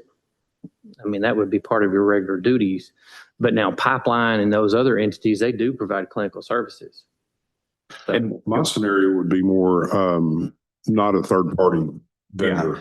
For what Dr. Jolly's talking about, the board, if you think back in October, approved a package of proposed rule changes to go for executive branch review. So it's in that process. So it's probably best for retail only. Okay. But it's helping to define what pharmacists can do. So even though it have a retail focus, I think if and when that is approved for public comment and everything else, I think that's probably the best time to go through and talk about some of the nuances of what is and is not acceptable, because I think that would better define what you're talking about, because it's not the type of offsite order entry that we have traditionally approached. yeah, like said, if you were to call the order in, I mean, that would be part of a clinical duty, and not necessarily, but processing the order that it gets sent to somebody or it gets entered into a system, and then that gets processed off-site. I mean, I've got some small hospitals that don't really that are able to do it from home because they, but they've been reviewed and approved, for that. Yeah. So I'm thinking kind of 24/7 hospital pharmacies, like with the event that we had a few weeks ago. You're going to have frontline operational staff there to do all the dispensing and all the order verification, but sometimes your dedicated clinical staff they may enter an order.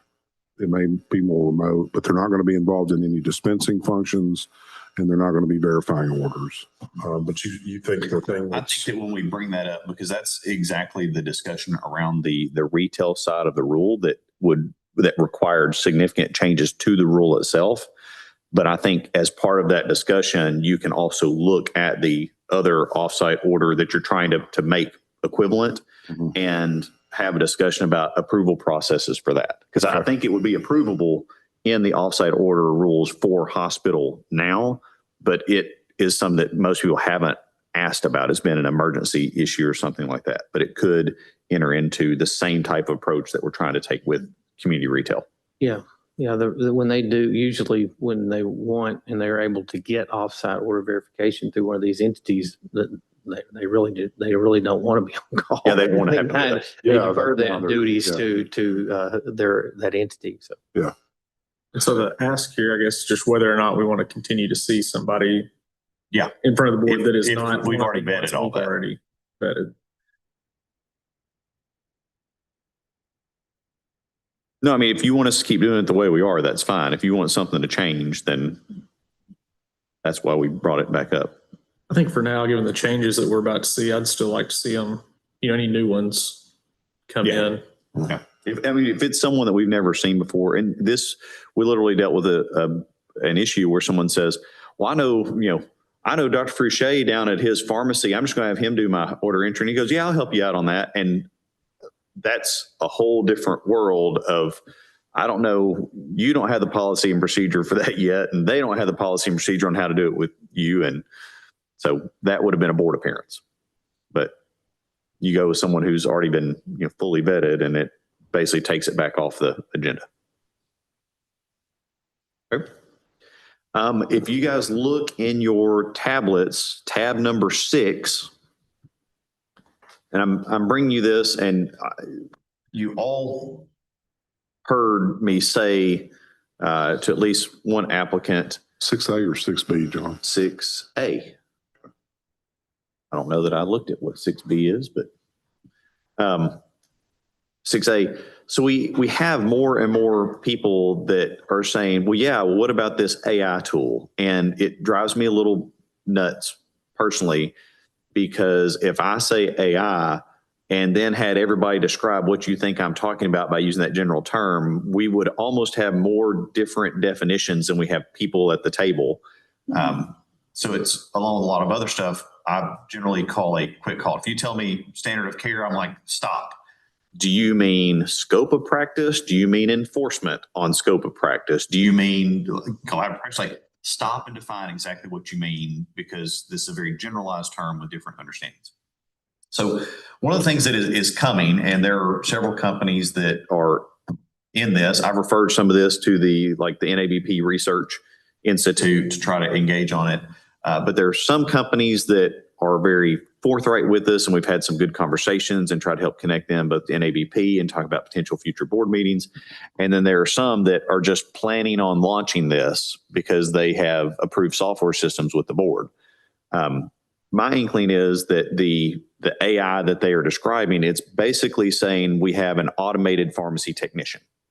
So functions that a technician would traditionally do in a pharmacy, such as I have a hard copy prescription, we either look at it or we scan it in. Well, if you scan it in, it's the automated tool interprets what it thinks the prescription says, pulls the drug it thinks is on your shelf, and unless there's a DUR, runs it through. And someone that's watching this is going to say, this is not what my AI tool is going to do, or it is, but I'm telling you what my understanding of it is. So it scrapes the data, inputs it so it would come across like an electronic prescription. There are also tools that will take an electronic prescription and just basically have the automated technician AI tool click the 2 buttons that we have already.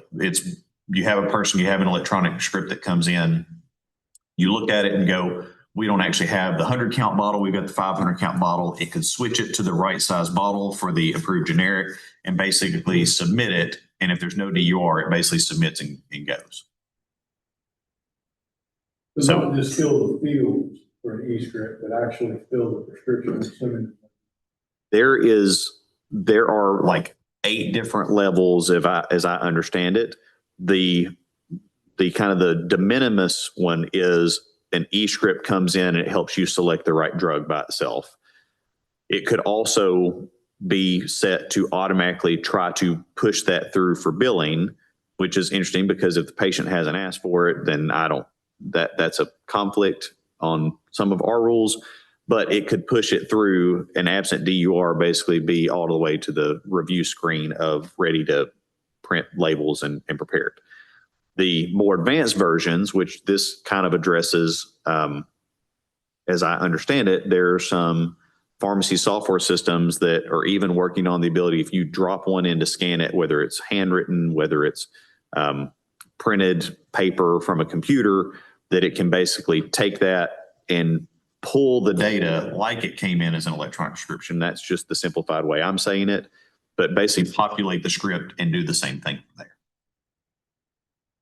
Back to the comment you just made, State. If a doctor calls in a prescription after a patient's regular visit, and not call it. Yeah, sends it. Pharmacy doesn't have to wait for the patient. No. They can go ahead and bill it. Yeah. But e-scripts, we do see a number of issues with e-scripts, and let me back up. One concern that has been expressed to me out of frustration is when you have a store that is closed, but there's a question on, can this run in the background while the store is closed? When you come open the store the next morning, if you got 50 e-scripts overnight or you're closed on Sunday, which you don't get a lot of e-scripts on Sunday, but you closed for 2 days because of an ice storm and you come in, there's 300 e-scripts that came in. Well, if you forgot to turn off your automation tool, they've been run through on that tool, even though there's no way for the patient to get it in that pharmacy, but it stuck it. So if you go to another location for that company, or if you go to another pharmacy, you've locked up their insurance to where they're basically getting blocked.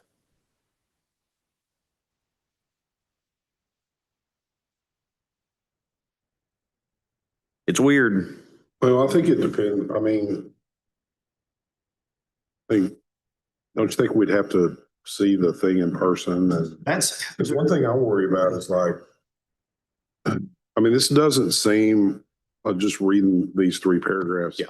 This doesn't seem like AI in terms of what, it's not doing clinical decision. It's automation. It's really automation. But I do wonder, one of the examples I have is, how's it going to differentiate between an immediate release or an extended release product? What if there's some type of free-form text that's in the field how's it going to handle that?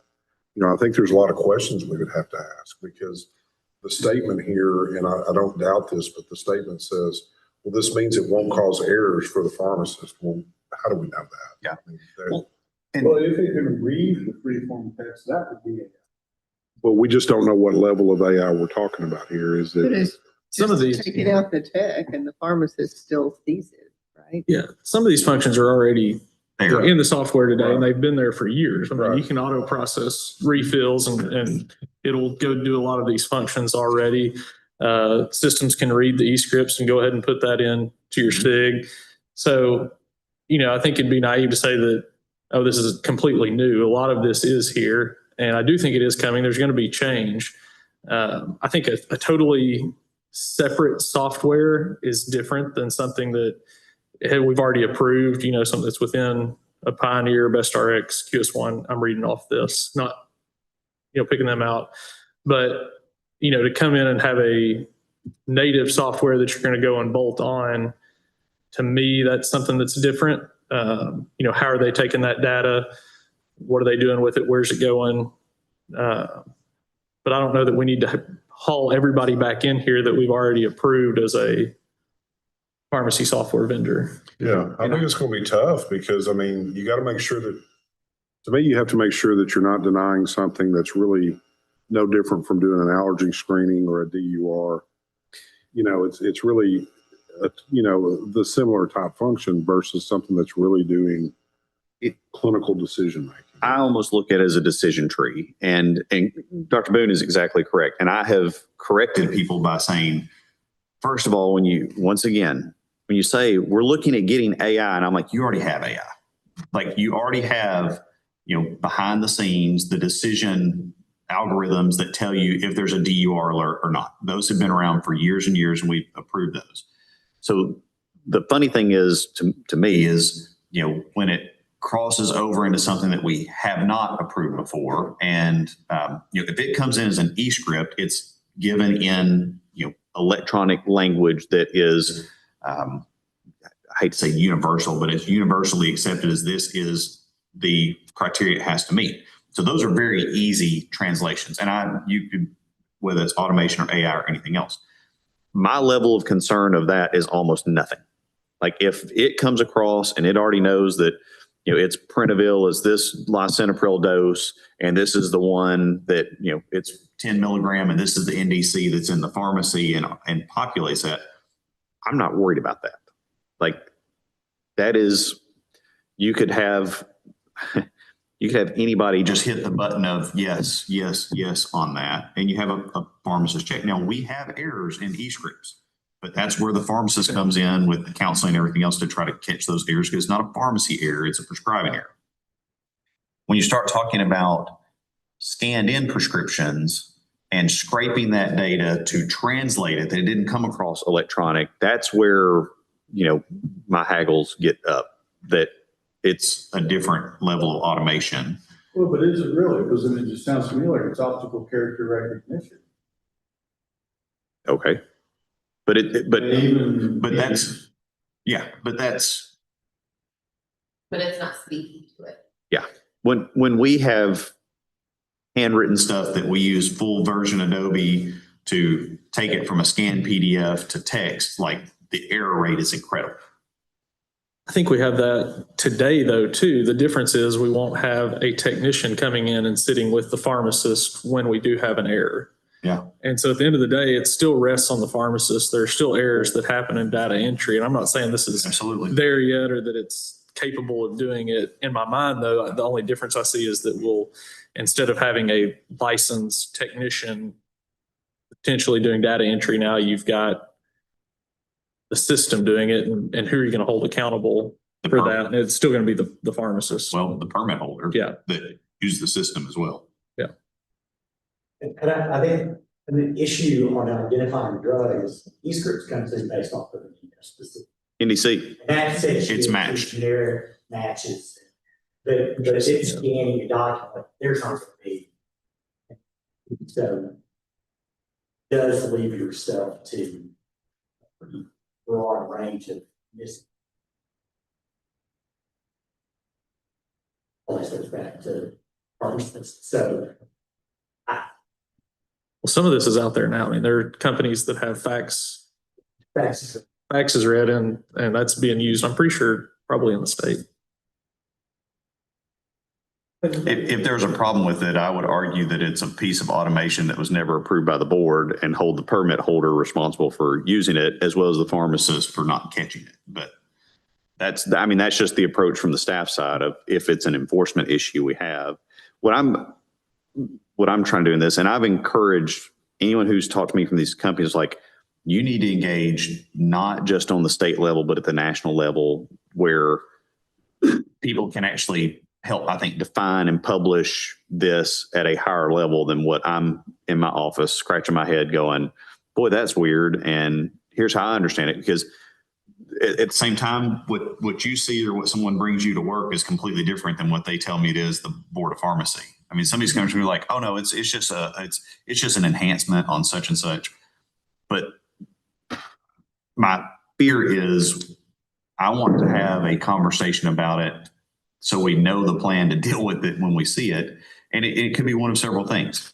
The board or even other states could say, if it does this and it's already part of an approved piece of software, we have no concerns. But if the software messes it up, permit holder that has a software, you are on the hook because it's your software, not just the humans are responsible for everything. If it does something else, such as handwritten, and it's trying to scrape it and also identify the NDC, like, it may be something you want to look at those systems as specific automation approvals, because it's so different than anything we've done. How can we communicate that out to pharmacies? Because I think probably, these systems, but also our chain pharmacies that have their own software, we need to somehow communicate that, hey, what's been approved is this. Anything past that, if we're going to do any kind of enforcement, we need to tell them up front, like, hey, if you're going to use this, here are the risks. It's not approved. Well, and I had somebody ask me that and I said, well, here's the problem. You added automation to a system and there's a very specific rule on automation. You have to tell the Board of Pharmacy that you are trying to engage with that automation. And if it's not approved, then it has to go through an approval process. So the board's already told everyone years ago that exists. But I do agree that, for like the companies that I'm acutely aware are either trying to sell it as an add-on or intending to add it. Or just turn it on. Yeah. Yeah. That, hey guys, you have to get approval for automation, right? It doesn't say it. That's when in phone conversations and talking to other states, that's what's happening. And I mean, we already see a lot of like data scraping. That's how the different entities that help track what's going on with arrests to, if you own an independent company and you're trying to figure out, I'm trying to hire someone, I want a background check, like you don't have the authority to get state police or FBI background checks. So there are all these other companies. And what they do is they take all these court documents and everything else and they scrape that data to try to build their own database to cross-reference it. Do you guys want to hear from some people about this? Do you want, because I'm at a loss, because Dr. Boone is correct. Some of this already exists and people are flipping switches and turn it on. And it's not automation that the board has ever considered, has ever discussed, but it's part of a system that's already been approved previously by the board, but they weren't necessarily approved for that. Is there any national organizations that have published anything around what the definition of higher level automation or AI would be? Not that I'm aware of. That's why NABP has their Innovation Institute. I can't remember the specific name of it, but they're trying to engage on some of this. Is NCPDP involved in any of that? No clue.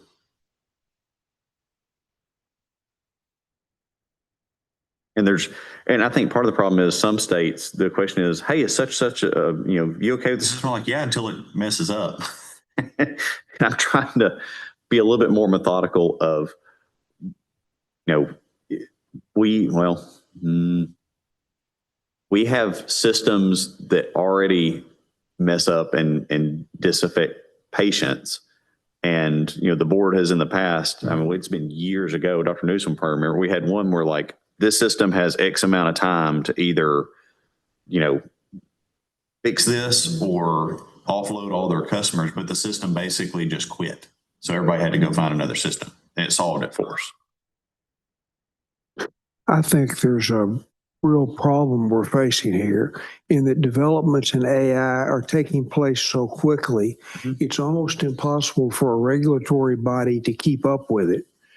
And I think that the chance of us trying to regulate something that's moving that fast, we run about an equal chance of messing something up instead of preventing a problem from happening.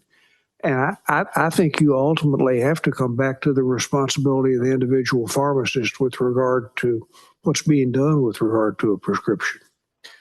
I agree, except for one point I'd make, Harold, and that is it's not the pharmacist in many instances making the decision to turn it on.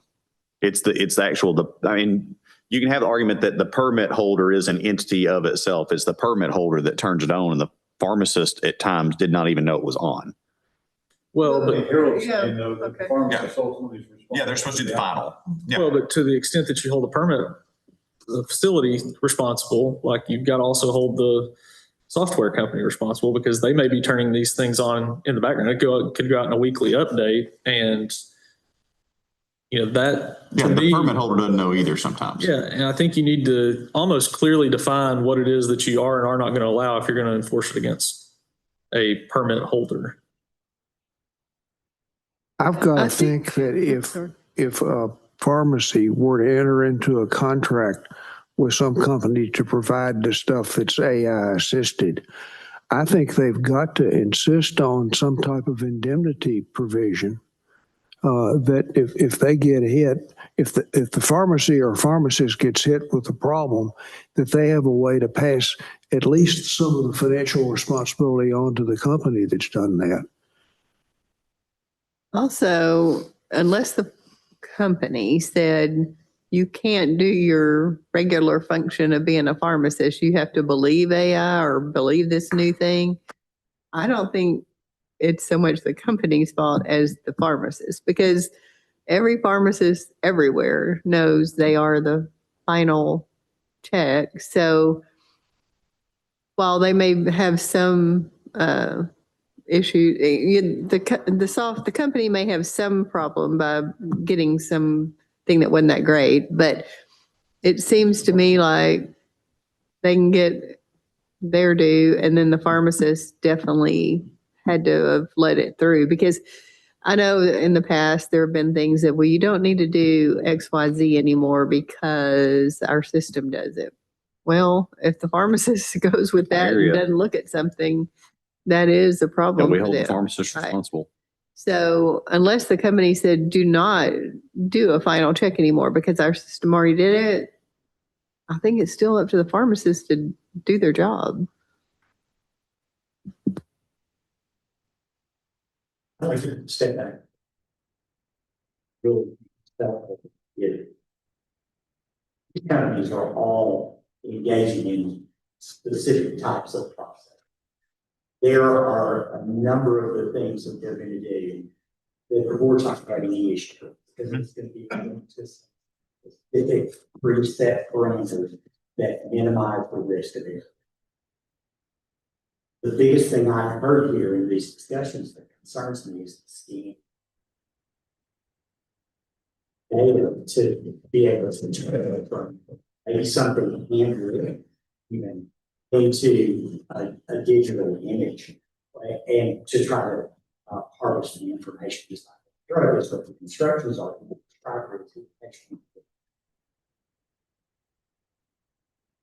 I think those, we need to establish some sort of guide as to what we're okay with. With its grade. Because every time there's going to be a next advancement. For advancement. It's all. And we can say that ultimately it's the pharmacist's responsibility, and it is. But I think we hold a responsibility to provide some sort of a guidance as to is it you want to, but it is putting yourself at risk. I'd put along the lines of, most of the robotics that we have approved for automation over time have very specific applicability. But if we knew that we had one that made a bunch of errors, we'd probably call that company back in and go, we hear there's a bunch of errors in this. And I understand the pharmacist is responsible to catch them, but if it's labeling stuff wrong and it's putting the wrong pills in it, we generally try to protect ourselves from ourselves of not approving bad technology or technology that's having issues. That was going to be my next question is, do we ask for data in terms of safety, efficacy? I mean, drug. If I was going to take a first stab at it, I think in some ways it, as this is all very acute, this has all come up in the last, couple months to even last couple of weeks, is we would like to know, are there specific tools that you're planning on turning on these systems or have added that would, that are AI tools or automation tools? Like, what are they? Like, if we don't know, then it's, hey, you want to have lunch and you say yes, then I tell you what's on the menu and you're allergic to it. Well, you didn't want to have lunch anymore all of a sudden. But I mean, that's information seeking, not telling you can or cannot. But I think that might drill down into is it just the legend that people are trying to do this, or is it actually trying to get turned on? And so that would be a request out to the software companies right now. Yeah. And I mean, we've got the main 4, type chains have their software, and then this encompasses, it's got to be 90% of the independents, if not more. I think answer your question, hear from many people. Educational standpoint, I mean, there may not be a place where we can draw a line in the sand and say, this is where we are okay with and this is where we're not. But at a minimum, on our own basis, I think we need to be educated. As we begin to hear new applications like this are coming out, let's bring them in. It may not be a decision point, but at least we're educated on it. Then at some point, it's like Harold said, in 2 weeks from now, it's all being. Oh, yeah. So I think at a minimum, have people come in and educate us on what the applications are within the software packages. Then if we see something that we causes us indigestion, then we can act on it. Do we have the jurisdiction to require these companies to report errors to us, errors that have been caught and corrected? I don't know that the companies with the software would actually know that, because I don't know that a report gets back to them on it. Like if pharmacy I worked in years and years ago, like we used PharmaServe. Well, if I found an issue that PharmaServe didn't do something right, like I would fix it. But I don't know if I found that a technician keyed something wrong, like PharmaServe doesn't know that I caught that and fixed it, if that makes sense. Do we have the authority to mandate that pharmacies or pharmacists report errors that they've caught using the software? No. Well, that gets into an issue with reporting too, and then it cuts down on reporting, which can have negative effects long term. If many pharmacies already do that internally, but there are federal protections on error reporting and the investigation of it if it goes to like a federally recognized error reporting organization or ERO. So we can't force them to give us data that went to the ERO. I think trying to force them to manually do it in a method we could get it would be like a rule change. Now we can ask them for it. Well, perhaps that's an area where we could have state legislation that would require it and also provide for the non-public availability of that data so the board could be aware of what's going on in that. I mean, I think for now, what we could do along those lines is kind of two things. The major corporations we are already dealing with and these companies that are listed in just kind of this table or any other large number of software vendors that are in use in Arkansas, we could, remind them this is the automation rule and we are curious what you have along these lines, what is being implemented, what is coming through the pipeline as an educational tool for the board to review. And then once you guys see it, you may say, I'd really like to have these people explain this further. Because we don't know what's on the menu right now. Talking about error, regulation 12 provides quality assurance. Yes. Yeah, it's old 12. Yeah, it's the very end of the book now. Then I think was it 10 that's automation, 10 or 11. But I mean, I don't, it's coming and sooner or later we're going to see more of it. But I think right now a lot of it is education to figure out what it is that's going on. I'm hopeful that, I've even suggested that, if you go to one of the national NCPA meetings, a lot of this technology is really highlighted at the national NCPA meetings. And so a portion of our pharmacists see it there. I would love to see some of this like at our NABP district meetings. We see a little bit of it and sometimes we'll have representatives of these companies, but we need some conversations on this that prepares for what's possibly coming. Yes, PL's hitting on some stuff. Yeah. Yeah, they'll probably have it next fall. That's on our menu. Topics. That'd be good.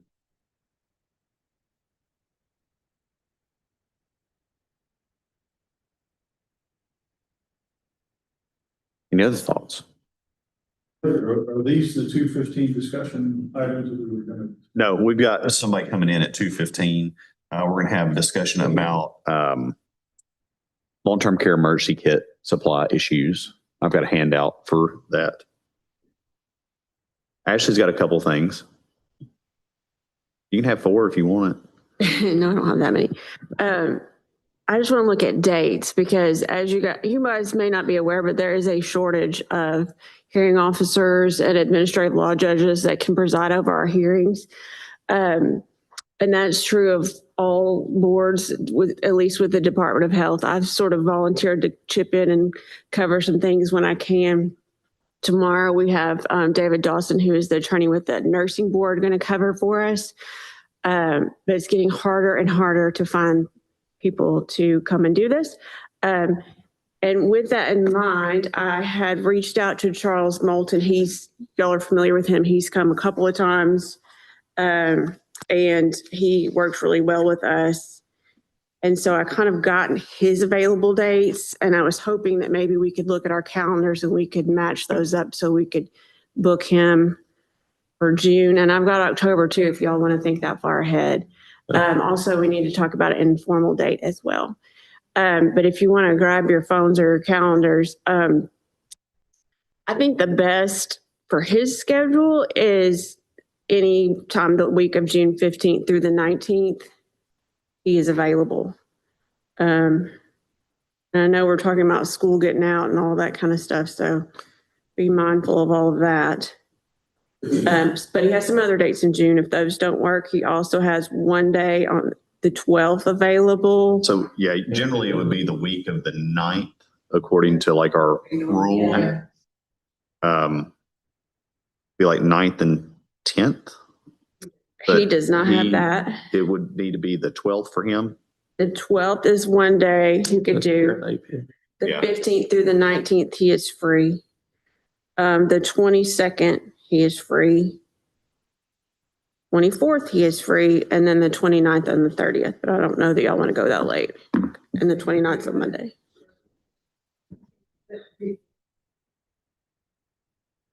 Did you want to talk about 2 days versus 3 days? Yeah, well, that would give me, if we do 16th and 17th, if for some chance I need a third day, then I could do it that week probably. We could 15th back up the 15th. Huh? Back up to the 15th. Yeah, we could.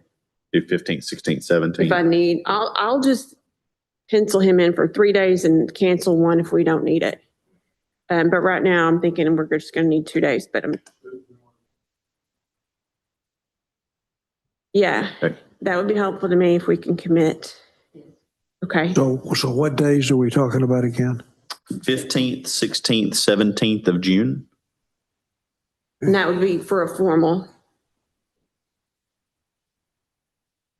Well, we don't do that anymore. Like we used to have Monday to do the test here, but we do the test ahead of time. We can do that. Yeah, we can do that. Yeah, the only reason we blocked Monday previously was because Monday was test day. But since we do it throughout the month before, we don't have to have test day. Do you want to look at October or is that too far out? No. Okay. So for October, he's got the 1st through the 9th open and then just the 26th through the 30th.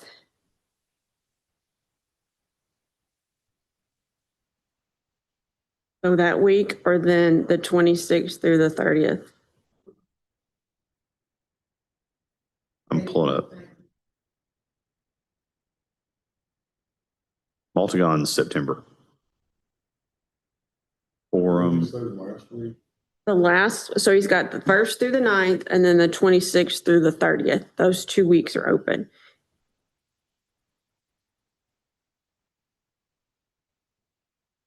Yeah. I'm out first of that week. I could do.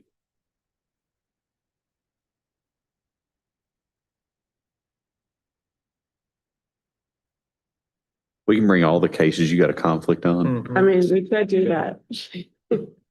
Keep waiting to have a block that I have a conflict Yeah. on. I just can't go to work that day. I could do the 8th and 9th if we did it that week. That misses. That's Thursday and Friday.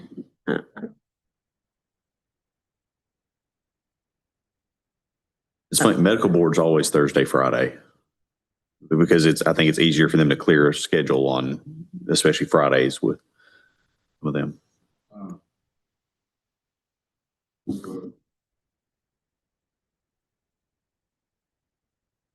don't we plan for 7th, 8th? Because first day is mainly reciprocity. You're not going to miss a ton with Okay, it. And then if we need to add the 9th, we can hold it. okay. That gives us, that's actually a pretty good sweet spot between meetings for any of us. It's the week after Forum. Chicago. So again, the days are, 7th, 8th, 9th, October. One of those dates might go away, maybe the 9th. Yeah. If we do. Because I mean, if we got to go on Friday, that's a hard day for people if we run long.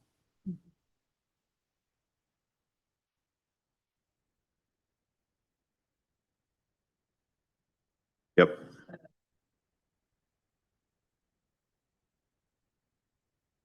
Yep. You're bumping up against ASPL, Drug Summit.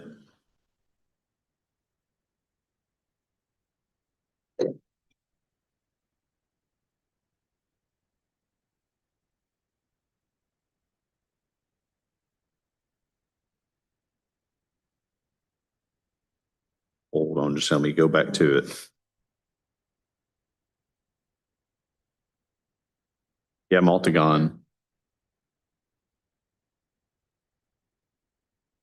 Well, it backs up to District 3.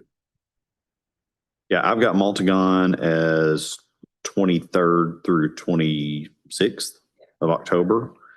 And then turnaround 28th, 29th, 30th is Forum, depending on when you come in. That gives us basically a week. You know, we'll have the end of that week and the beginning of the next week. We got Monday, Tuesday that week. I think that puts us in pretty good shape for meeting prep. Yeah.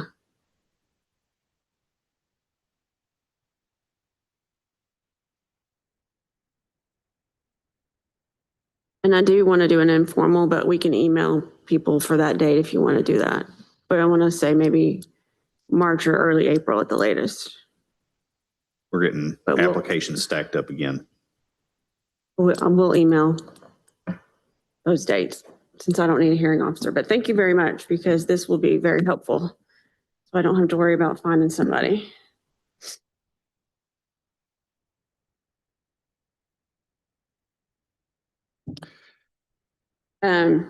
Well, we've got, spring break. And that's usually, potentially 2 weeks because people Yeah. have spring breaks at different. Basically the 15th through like the 29th or 14th through the 29th encompass the 2 different weeks of spring break. Probably not those, but, Yeah. I mean, I could do that. The the first 2 weeks. First 2 weeks in March would be okay, or we could go into April, first 2 weeks in April. 11th and 14th. I think the first week of April. Yeah. 31st and 1st, something like that. Yeah. I think we could hit March 31st first. I don't even know that we've got enough time to really notice people for first week of March. Do whatever we need to do. But yeah, if that works for those of you that want to do informal, we could do that 31st and 1st. It will not, okay. Do you need one as fast as like the first week of March?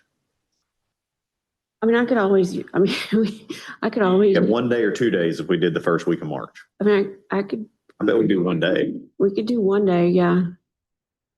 We can send out and see if maybe we can get like 4 of our folks I for mean, 1 day. I in March. probably need one again. Yeah, in but it April. helps ease up April. Yeah.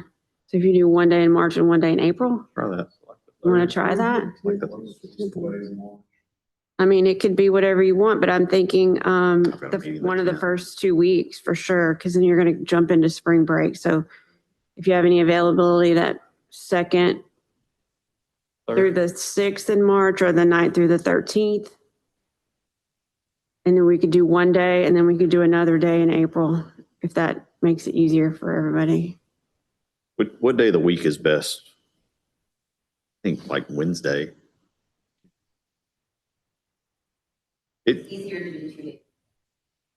Okay. Well, I don't I just need, if we get three Three, people three even, or we four, can, because yeah. it's applicants, it's the, So it brings us out the 11th. You're Yeah. at the 10th. Would the third work, or is that not good? for third everybody? works for me. Does third work for you, Brian? Third 3rd of March. March.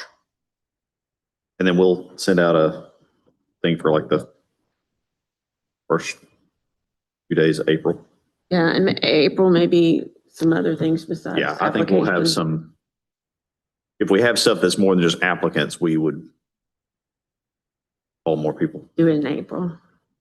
We have med errors. Okay, because that would be easier. 31st and 1st, but 31st.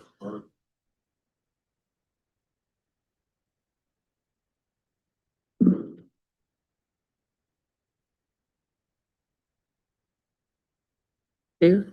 I'm gonna say 2 and I'll try to make least. it 1. Do you have to do career fair? Run. Okay, would you repeat those one more time? March 31st and 1st, but it'll be just part of the board for informal. You're talking about the 1st of April or? Yes, March 31st, April 1st. Okay, but that's in addition to March 3rd? Yes. Yeah. And I'm gonna try to get that to 2 days in April, but I can't make promises. But I'll let you know. Log both days and I'll try to take one of them away if I don't need it.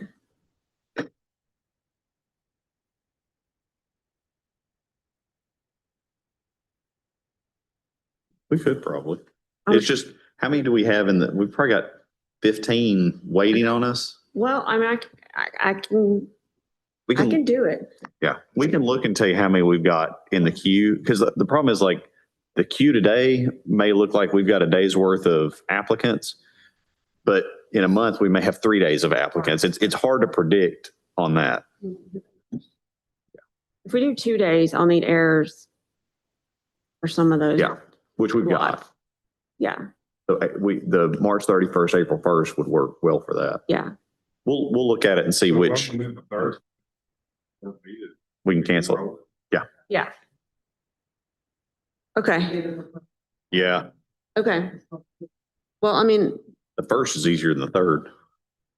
okay, so do 31st and 1st, mark that off on your calendar if you want to do informal. I know not all of you can do that and that's fine. And then I'll go back and check at the break and see if maybe get an idea if we can avoid the 3rd and roll everything into that April.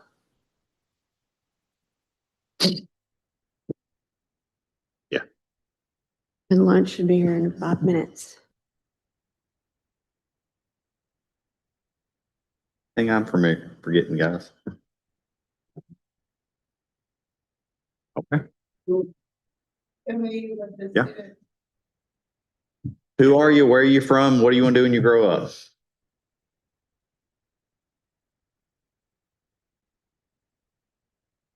That's a big area. Are there any towns you grew up in? Okay. Okay. I'd be embarrassed too, but that's a different issue.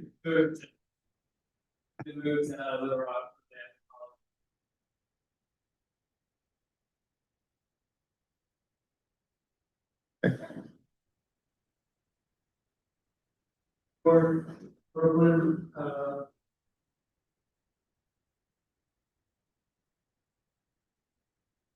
community retail pharmacy is not. Are you people? Yes.